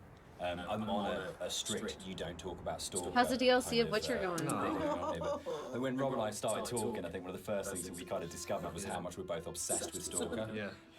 And I think that was one of the major things behind it in terms of when people talk about game inspirations. I mean, for me, there's a lot of FPS stuff in there, Doom, System Shock. I think Stalker probably more than anything else. And Roadside Picnic, the Strugatsky novel that Stalker's based on, of the idea of this incredible space that you didn't understand, but simultaneously beautiful and threatening. And I think sort of Tarkovsky's kind of films kind of play into that as well, particularly his version of Stalker, that you want to have this place that you feel rather than think about. And for me, that was like really kind of core to all of the inspirations for the game. This is a space that is about feeling, not thinking. Yeah, I think the movies in particular, I think I hadn't watched the movies. I'd read the book, and I played the game, but when I watched the movie, it kind of all made sense one to me, stream like, of why I Witcher. like the game so much and why I like the And it story. is something I do plan on doing, but I don't. It's I just want to like play all three of them. every shot Is is the like a problem, painting. It's like but every shot also has I don't want to play all three story of them to because tell. I heard the There's third very one little like the dialogue absolute in the best actual one. movie itself. There's just these long lingering shots, and each shot is amazingly beautiful, and in its kind of desolation. And for me, that was like a huge influence. I think it's just you the know, way it like, trying sounds. to This bring is the some only of that window I through have into open the of it. environments. So that You may be hearing it through my speaker. I'm gonna turn my sound down, and that might help it. Because I don't have headphones on But today. the I'm game just as well. listening to I'd it. say the game. Let me the know if actual that Stalker fixes game it. has a big place in my heart. Like gaming wise, it's one of the reasons I got into game art in the first place. Yeah. Yeah. So I didn't realize it. Thank you for telling me that. I didn't. Y'all gotta tell me this shit. I don't know. I just play it, okay? I've been trying to avoid wearing headsets because I felt like the last like 2 or 3 days, I felt like I was getting like maybe an earache. Well, I was getting an earache. I was scared I was getting an ear infection. So. One of the more interesting and challenging things to do in the visual side of things is to Okay, kind of solid. So I haven't been wearing a headset as much of if I can avoid it. with the music, Just because it like hurts like right here sometimes, and I don't know why. It's like, but on the inside, like right there, but deeper. So I'm trying to make sure that I don't end up with fucking ear infections. And to create emotion, it's very difficult. So I designed a few things very subtly within the environment to kind of plant imagery into your mind and kind of make you feel certain things. I didn't walk back here last time With either. this shipwreck on the beach, you can kind of. This is another of my favourite bits in the game, where you come along the edge of the sort of gully and you find hundreds of books, and it's one of the first times where most explicitly there's the suggestion that nothing you're seeing is real, because there's just no way that this can exist, and it's a really amazing, uncanny moment. That does It explain works, all I the think, for me, candles. because you just go, I don't understand it, but it's lodged somewhere in my head, and I can't get rid of it, and I can't unsee this. And I think for me, like in terms of my influence, Dude, exactly. I was just like, ugh. I mean, there's the obvious sort of stuff like I don't know what's cut causing and it, things like and I'm that. just trying to avoid it When if I comes to can. the kind of books that I really love, that like Roadside Picnic, or the other one by the Strugatskys as well, I absolutely love, is The Ugly Swans. That's just full of these images that you go, I don't understand, and you have no idea. We're about to be heading into chapter 3. One of the really important images in the game is the radio mast, and the soundscapes that I wrote for the game are really tied into this idea. So it's the concept of the tortured sound. I know where the urn of chapter 3 is, so that's nice. And it really Slum, what is up? in the state of the protagonist. How is it going, my man? That fractured understanding. So Hi, it's hello, how are you? actually Welcome, Raiders. I hope we're having a natural. What do you mean it works? Yeah, it works. Have you not? If you go in there, you can see it. Where's my phone? If you go in there, you do need to go into the welcome. You do need to go into the welcome thing that way, because it'll actually show that you are live. Go into my welcome thing and react to the thing that you can react to. That way it puts you in Fairman streaming, because it'll actually show when you are streaming as a person in the people side. If that makes sense. It's supposed to remind you to do the other day and I forgot to, so that's my bad. But yeah. The caves in the game are really interesting because it's a very Fucking tonal beautiful. shift within the whole visual look of the game. It's kind of like this more organic, more surreal. Thank you so much for the follow, Noble. Thank you. Before How are you today? We kind of How is everyone today? used the visuals. Hi and this guys, kind how of are we? unreal theme very Hey, subtly, hey. but here it's kind of at the forefront. Oh yeah, guys, look, And look, it look. is I'm to good. do Heck with yeah. kind See, of look, you see this design, yellow? kind of journey This is gonna be through the blue yourself through the next time you Buoy. see me. My entire bang will be blue And instead of green. It's really designed to be a very different experience compared to the rest of the game. I could literally, oh, just coffee. So good. This for me is probably the most pivotal music cue in the game, and it's the one that most people write to me about to say that they are absolutely obsessed with and they love. It's the only music cue that has singing. It has a female voice, and I think that's a really important shift for me, that you've gone from this beautiful string music, but it's quite abstract, into what is effectively Hey, is that still sitting here? And it's really bad. And Clara Sanabras What do you mean? re-recorded it, and it's what good actors do, it's what Nigel Carrington did, it's what good musicians do, and they take something. You mean like how I do it in my and they just my shut Discord? up. I just want to say that I think you can divide caves in games into pre and post Dear Esther. I think that it's just a way of breaking away from reality into saying what you can do with these spaces that actually makes them this incredibly much more I'm slightly big dumb. It's fine. Risco cave. I had to think jump that's in that. really No. an amazing thing to have achieved. So I think it's one of those. It's great paying other people's work compliments. I enjoy that because you never feel like you're being big-headed about yourself. But I think it is. I think particularly it does come again down to that blend between the audio and visuals that just it's a real high watermark. I kind of it's one of the areas in all of the games we've made that I'm most proud of. I think as well, you think you know what you're getting with Dear Yes. Esther for the first Thank you for the 45 lyric. minutes of the game, wherever we are at this point, and then you step into something completely unexpected and completely new, and I think it just throws the player I'm not gonna such a where's that? curveball Oh. in such a wonderful way.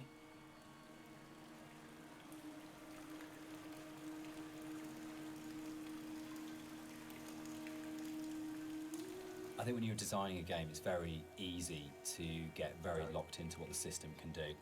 And you're trying to deal with all the different variations of things. that No, different but what kind of players games do you have play? enemies, And we have to deal with the consequences. I'm of variety. I'm all over our the place. I also do design. I art. talk about this all the time about you Oh, the might paintings have an behind me idea are all that mine. has this radiate out throughout the entire system. And Like you get all my very art. caught in the idea of what the system Green. has to be and how robust the system has to be and this kind of thing. And I think what's really important as a sort of a designer, as a creative, is that understanding that actually the real game is happening in the player's head, and that the system can be whatever you want it to be, but if the game isn't running in the player's head as opposed to on the screen, then you're missing a trick. You're not letting the game be everything it could be.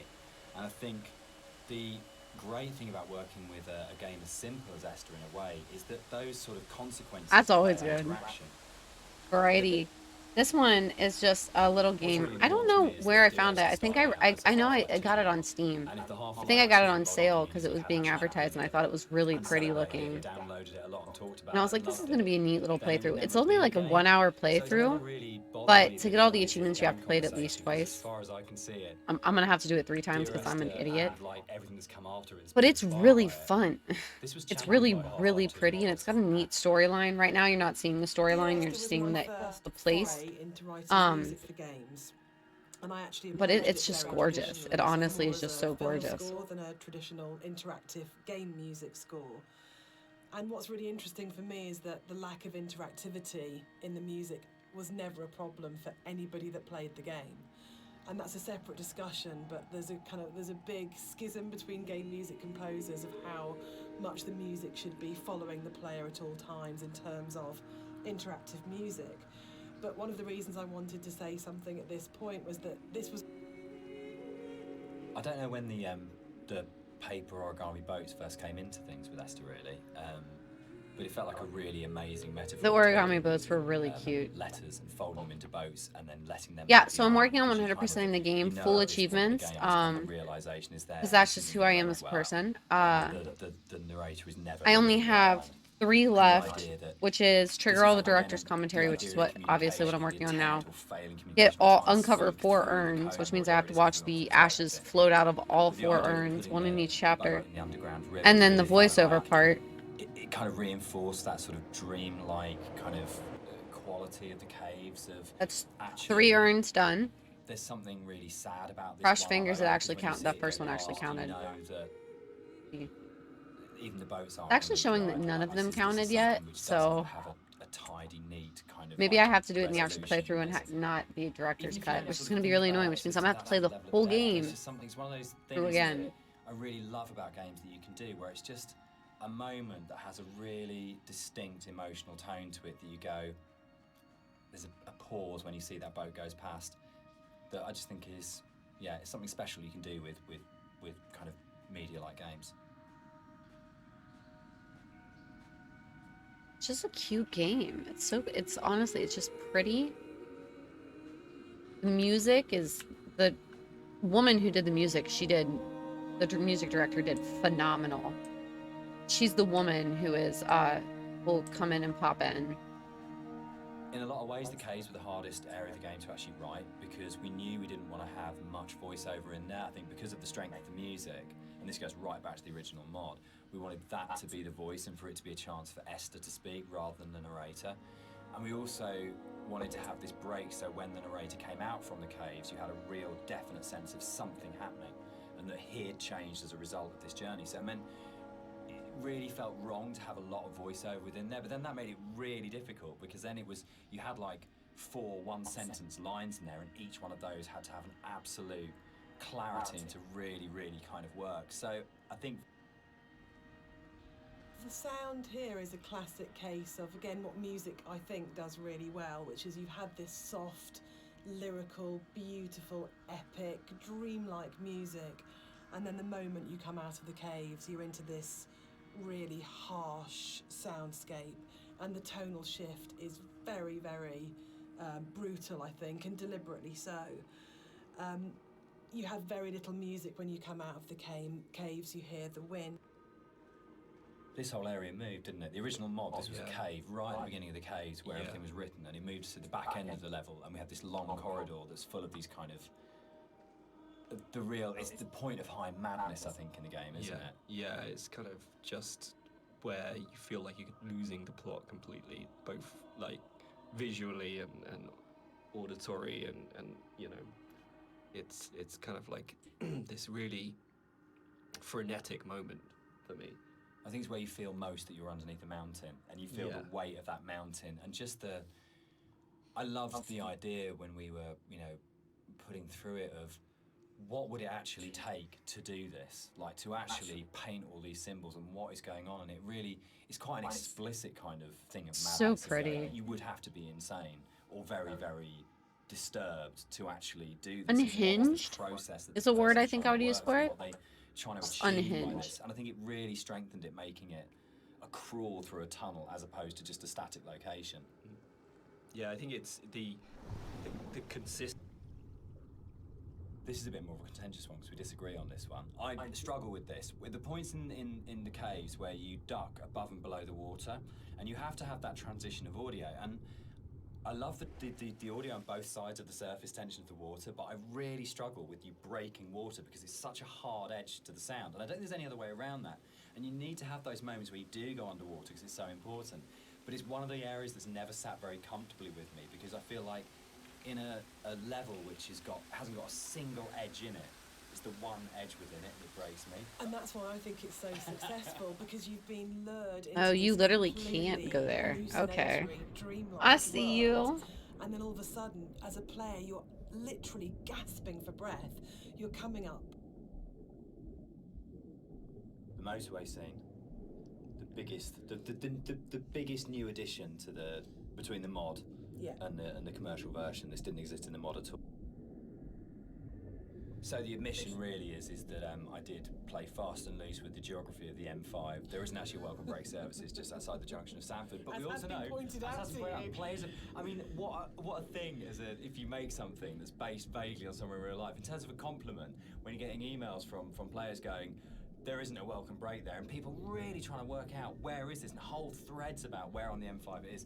That's just the most amazing feeling.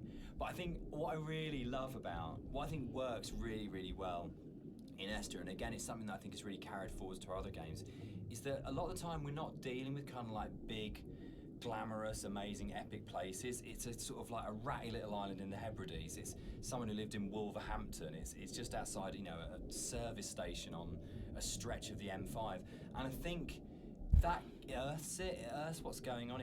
Gives it a realness as well, particularly when you sort of put it against the surrealness of the caves. Actually, kind of going, this is really surreal and this is really, really dreamlike. But actually, I'm talking about, you know, a car accident just outside a little chef, and that playing off those two things against each other.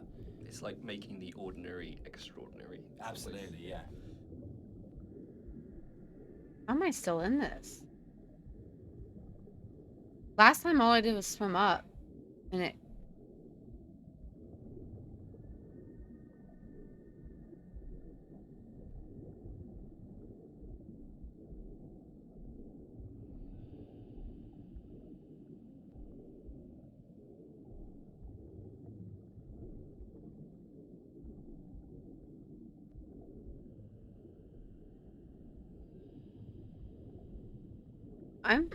There it is. I'm like, what the hell is happening here?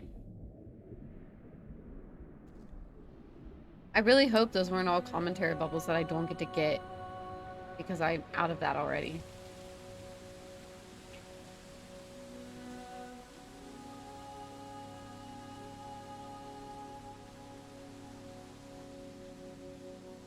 This scene for me is like really, really iconic because it kind of brings this idea of the caves being an inward journey through the body together. It's really kind of like a symbol of Kind of looks like an rebirth, eye. and it actually brings together a lot of the visual goals that I wanted to achieve. You see that? With a lot of the symbolism in the game. Like, I've talked a little bit about how the environment was kind of designed to provoke emotions, and kind of the impressionistic style gives you just enough information to make you think of things and feel things. But this is probably like the antithesis of this. And the whole feeling of rebirth here is quite strong. I know Jess. Yeah, the music's really supporting that. Yeah, Because we've gone, she sings always, always throughout, you know, we've got always, always, and then she sings never, and a moment of absolute soaring. It's the climax of the music. As you come out of the water and the music kind of swells, and you just kind of, it is like a moment of change has happened in some way, and it's rebirth, isn't it? For me, it's his moment of clarity and acceptance and understanding of the reality of what's happened. And you're literally moving towards the light at the end of the tunnel. You're actually doing that as you go through. But the music especially, I think before the music got layered in, that scene was nowhere near as kind of powerful for me. Like, that kind of just... I think it's not letting me because of the commentary, because we're going into the next chapter. Yeah.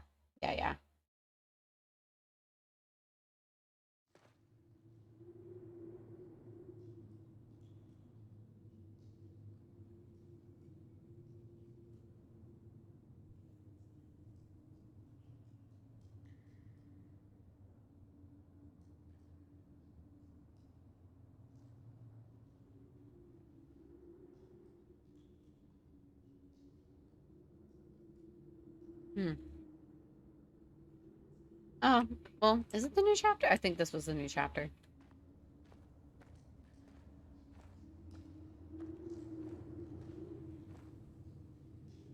Dan and I had worked on lots of projects together, non-game projects, before we made Dear Esther. And I think the thing that links all of the projects that we've worked on together is that idea of hidden stories and layers of stories. And one of the things I wanted to do with the music was to embed hidden little hints and stories into it. So the music that you hear here has Morse code, and the Morse code Intriguing. is Hi, Happy. Esther. Thank you for the lyric. I really liked this concept of that some How'd lunch with your people friend would go? understand that it was Morse code and try and figure out Or what it hanging out with said. your friend. It also provided a really interesting rhythmical dynamic. And yeah. It's probably the level which has changed most from the original mod. I think it's much bigger than the final level in the mod. And one of the major changes in there is in the original mod, the whole side of the cliff face was covered in painting and writing, and a lot of that moved inside to that corridor in the caves where it's really obsessionally painted on. And it was really, we spent so long on that because we were trying to get it looking right, because it's one of those really interesting examples where I loved the image and the idea that you've got. Why are you jumping around, kid? This guy painting the entire side of a mountain with words and symbols and things. Yeah. But it was really interesting when it went into the rebuild. They can't see you. It just never worked, and I think it was because once I finish 100%ing this game, dude, I'm gonna get off here and we're gonna do the puzzle. Painting became the focus of the level, and it changed the feeling of the level completely. When actually that just wasn't something we could realize in any way, that not even technically, but just didn't artistically look and feel right. And I think probably, sort of retrospectively looking back on it, that's about the sort of the sophistication and the subtlety that then came into the art, rather than just being, this is literally just a canvas that we write words on, to actually the environment telling its own story without the story being literally painted on it. Yeah, it was very difficult when we were experimenting with that to kind of like make it not completely unreal. Like, I think for me it was kind of, I wanted to kind of bring the player a little bit back into reality after the caves. And I think with having those symbols everywhere, it was kind of pushing them out a little bit.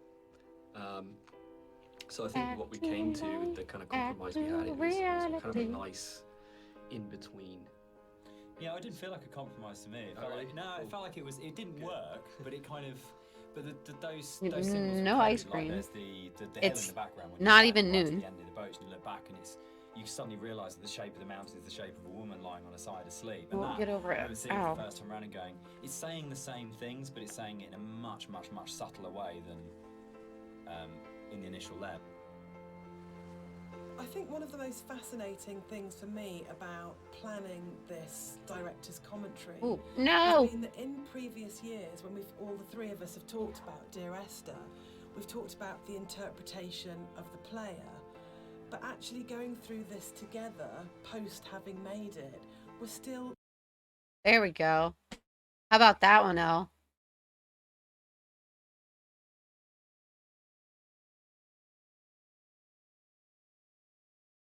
Oh, yeah. Surprising each other. Yeah. And I think that's really, really interesting for me, because it shows that we left interpretation for each other, and that we trusted each other actually just to get on with it. And yeah, I was like, that's a fucking good one. I'm painting it, dude. I'm for sure painting it. I think it is gorgeous. I think what I'm going to start doing is I think I'm going to make a painting for every game I do. Unless the art in it's just kind of bleh. But like, it seems like the majority of the games that I play, like, I could definitely do a biopic. I'm going to be doing a painting of this. I know, I got a really cool screenshot of it, buddy. It's really amazing that we're still finding out things about the game that we didn't know.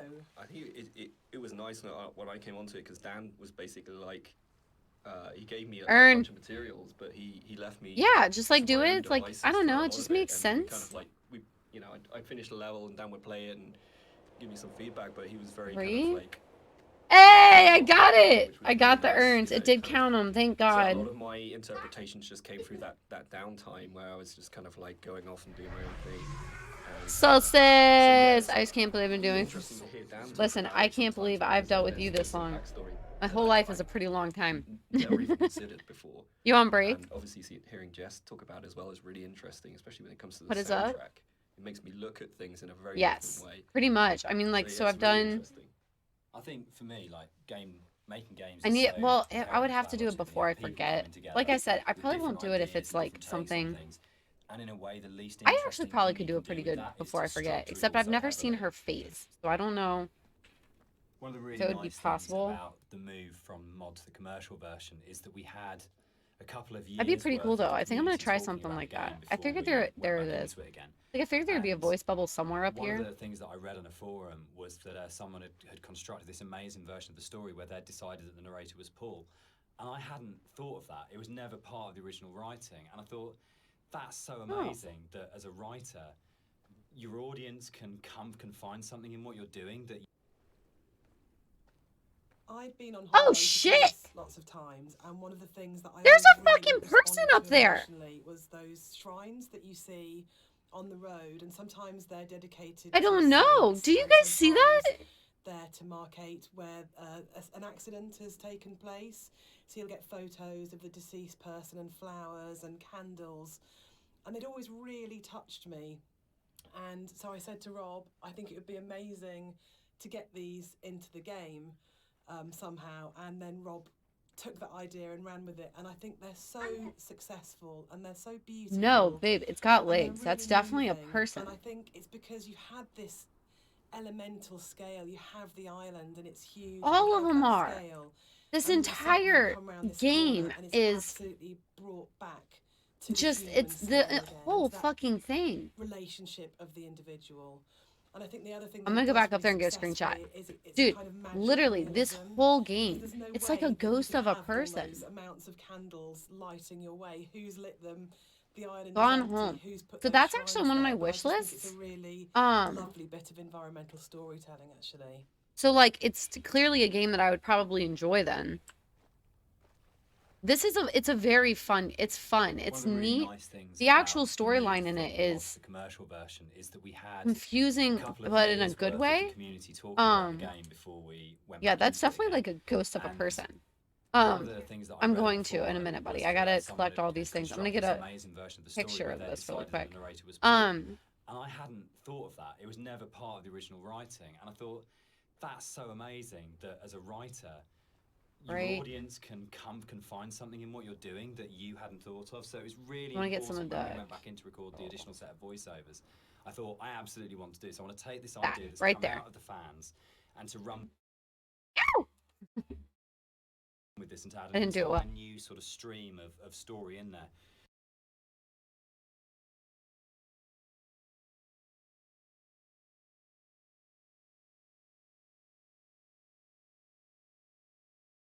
It's So just we added in a so couple of, amazing. So like, cues yeah, within so the Gone fourth Home's level actually in, that I think it's in my intimated much epic more wish strongly list. that I'm actually kind of just waiting on it to go Paul on wasn't this sale. other That character way who it's, caused because the I accident, usually but try to actually get my we were games on sale. responsible for I have everything. so many But again, now it's that trying like to find that paying balance full of price not for a overcooking game it, so you weren't kind of led hurts to a that little. idea. But just if you happen to have the combination So of I just a plan couple on of getting it. narrative units, then you would possibly come to that interpretation. But it was really I mean, amazing. it's to be not able gonna, to probably say won't come out free. it felt like giving something back to the fans that had enabled us to make the remake in the first place. And that's it's always a lovely moment as a developer to be able to recognize your fan community and kind of say, thanks, this one's yours, this one's here for I'm you. so glad that earn one worked because I was scared because it wasn't keeping track of it. Like, you know how, like it literally said 0-4, so I figured it would count it up as you were getting it, but it wasn't. The other ones are. I don't know why that one wasn't. So instead, I was like really scared I was gonna have to redo it, but I didn't have to. So that's nice. What's fascinating to me, Dan, is that you're an atheist, but each of the 3 games that we've made are so strongly about religion, either the language or taking allegories and stories. Why are you so drawn to it? I think I'm really interested in people and the stories that make up people. And I think there is like in the Bible, like most kind of religious texts, it's not about what it is, it's about what is behind what it is, and that's what you're really getting to, is the idea of the sort of the parable or the metaphor. And it really felt like, particularly with Paul on the road to Damascus, is a story that many people know and we can understand, and it's about redemption and consequence and guilt and transformation and who you really are and what that means. And it felt like just a really strong, powerful way of making it very accessible. Have you The played narrator's Gone kind Home? of in a turmoil, in a kind of a story. Is it fun? Really well, and there's a universality to those kind of questions that, you know, whether it's, you know, Is it interesting? I should Christianity, probably whether say. it's Islam, whether it's kind of Buddhism, that they're asking very broadly similar questions. What does it mean to be human? What does it mean to be a good person? How should we behave to each other? How should we feel about the world we're in? And it's a real. I only have about 9 left.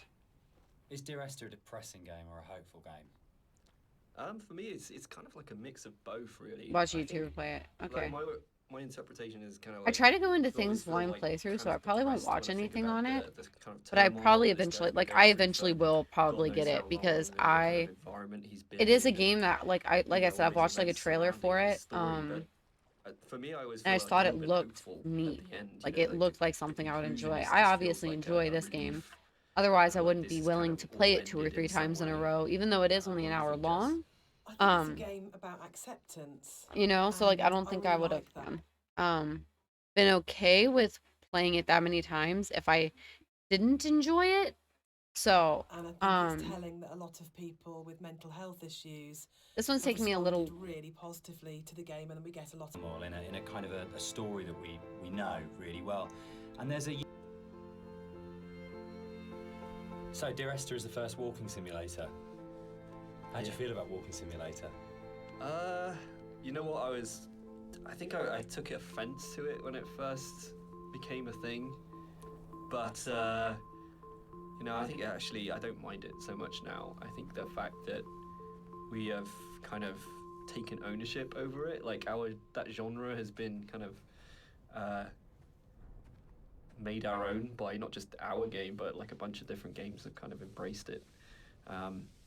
I don't know. What do you guys think? This is I'm definitely really the one I confused about missed. the need to categorize in Oh games God, you more guys than were any about. I other didn't even see this creative last time. industry, and I I'm think glad. it shows that Wow. games have a long way to come in terms This is of definitely the one I how we missed. describe an experience. So I do agree with Rob that it's really positive that we reclaimed Walking Simulator, but I still find it reductive, possibly as a term. What about you, Dan? I think for me, it's people want to know what they're buying and what they're getting into, and I think it's so people understand.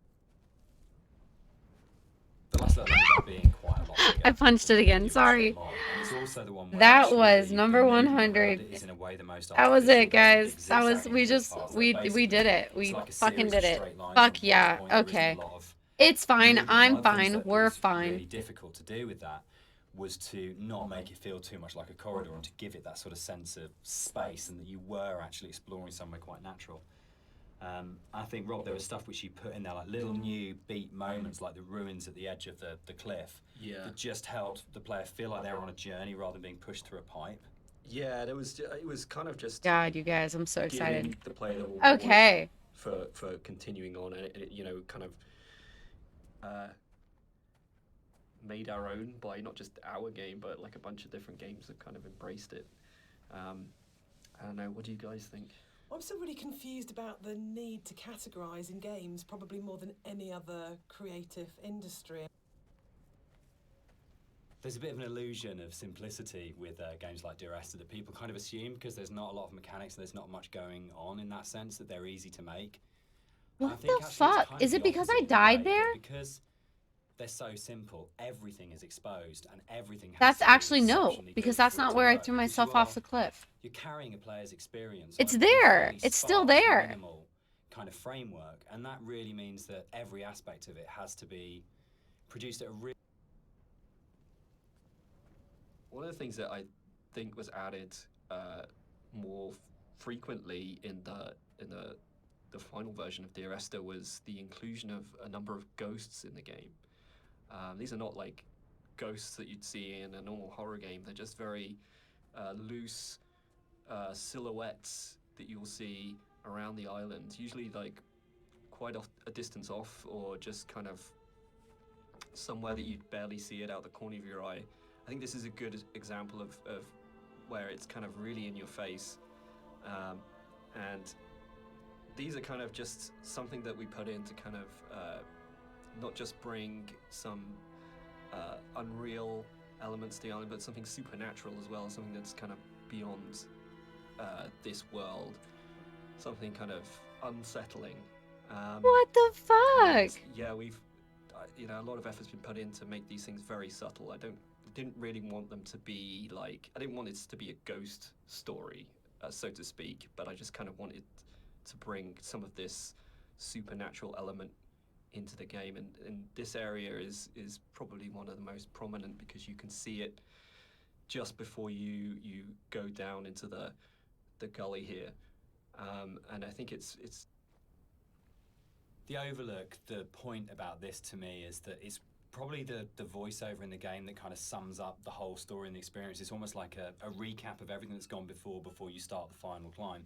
And you God, know it's dude, that it's pause just there's before you so start the many. final climb and before the game's It's just so kind of, fucking builds to the pretty. climax. But you can also see the whole level, and it's like the idea that you are standing looking down on your own journey, a bit like the idea of your life flashing before your eyes, or sort of like It seeing doesn't your matter body where you look being at it. The having an whole game out-of-body is just experience at the moment gorgeous. of death. And it was really I only have designed to 5 try and more, get I that think. feeling as the player that you stop I might have and missed you take marking one or stock of two, everything, but and there's a bit of a sense 5 of more. there's no going back. You take a breath, and now it finishes. And I really wanted to kind of achieve that sort of sense, and I think we did. I think it really came together. Hi We everybody, got how that are we? I sense hope of we're having a going, good day. right, now this ends, and now I move forwards to it. This game is absolutely gorgeous. They did immaculate. Go ahead and mark that one. You sit up, jeez. Sitting here leaning over like a hunchback. So here it kind of, the environment becomes a little bit more surreal again. We kind of play with the colors a little bit, bring up the saturation. It's kind of a little bit of a return to some of the more cave-like aesthetics in terms of colors and stuff like that. And it's kind of there to kind of signpost another significant moment in the game, or something that's leading up to the significant moment. It goes back to this kind of idea of having these emotional signposts in the visuals of the game, without it being overly obvious, and some of that. The music that's playing here is a repeat of another cue, and originally we hear it played on the piano, and the string quartet take on the piece here. And it's one of those really nice instances where we were in the studio and I had this idea of how it was going to sound, and I thought it was going to be quite full and rich and, yeah, full-bodied. And then one of the string players said to me, "This is wrong, actually, for what we're playing." And they said, let's strip out all the vibrato, let's play it in a really Scottish, plain style. And it absolutely transformed that piece, and it's one of the really special things about being a composer, is that you get to collaborate with people who come fresh to it. So you have this preconceived idea of how it should be, and then they say, no, why don't we turn it around and think about it like this? This is the upper one. No, absolutely that's not fits right. and works for that scene. It was possible that this last section of the game could have felt quite laborious and forced, because it's 2 long zigzagging paths that just go up, and there was I was watching the YouTuber play. I thought it was good. I would recommend it. I think at this point. Oh, okay, yeah. So it's definitely something to play. That's like the game Before I Forget is a lot like this. I mean, you can actually interact with stuff in Before I Forget, but the end of it made me cry because it's about dementia and like the onset of Alzheimer's and dementia, and it's just sad. Like, it is absolutely sad. Because you literally, the game essentially makes you watch someone lose their mind, still interesting and not too but laborious, because it's in kind of such a zigzag different up way with nothing than really. like There's no someone real going environment, crazy. you just kind of have Like, the sea on one side and the I don't know. cliff It's on a the other. Before I Forget's a really good So one. there's- Before I Forget, there I was actually quite a lot think of was a work that went free into Amazon one building up that I got. this, It was about a feeling 3-hour tension, gameplay. rising I actually have making this I don't know if it's up moment yet. as poignant as possible, But while I'm still actually gonna have a interesting. video of that up on my Um, YouTube if you want to so a check lot it of out. It's effort not a was long put into, playthrough. When is that building posted? up this I have weather, it scheduled. I know that. and the swaying of the grass. It's gonna be and released the kind of 25th on the my volume YouTube. of the So, soundscapes YouTube, I and have a everything link mixing in my together with the Discord. music, I don't have a link and yet just kind in of here because I don't have like visually a really trying link to make link. this a tense Um, moment, and I think But if you look up Soul Collector it's Customs, you'll hopefully find pulled my off all YouTube right. channel pretty quickly. And you'll I'm like notice the when you only get to thing the that top, says this Soul kind of Collector Customs. So, tension dies, um, and that's very purposeful. You'll but see no more win. if you want to It's check kind that of out, that's a symbolic that's thing the where Lighthouse. you're coming to the last moment, the point of no return, and that's been but very it was a really good decided. one. If you enjoy games like this and enjoy the storylines of them, that one's a really good one to watch. It's really sad. Really sad.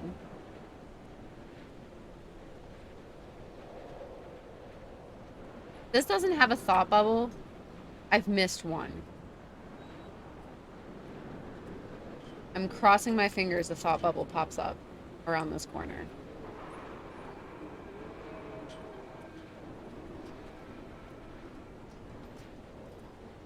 Oh, please, come on.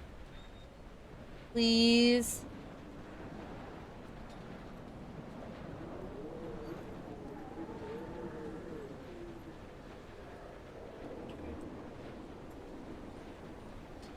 Well, fuck me sideways, guys.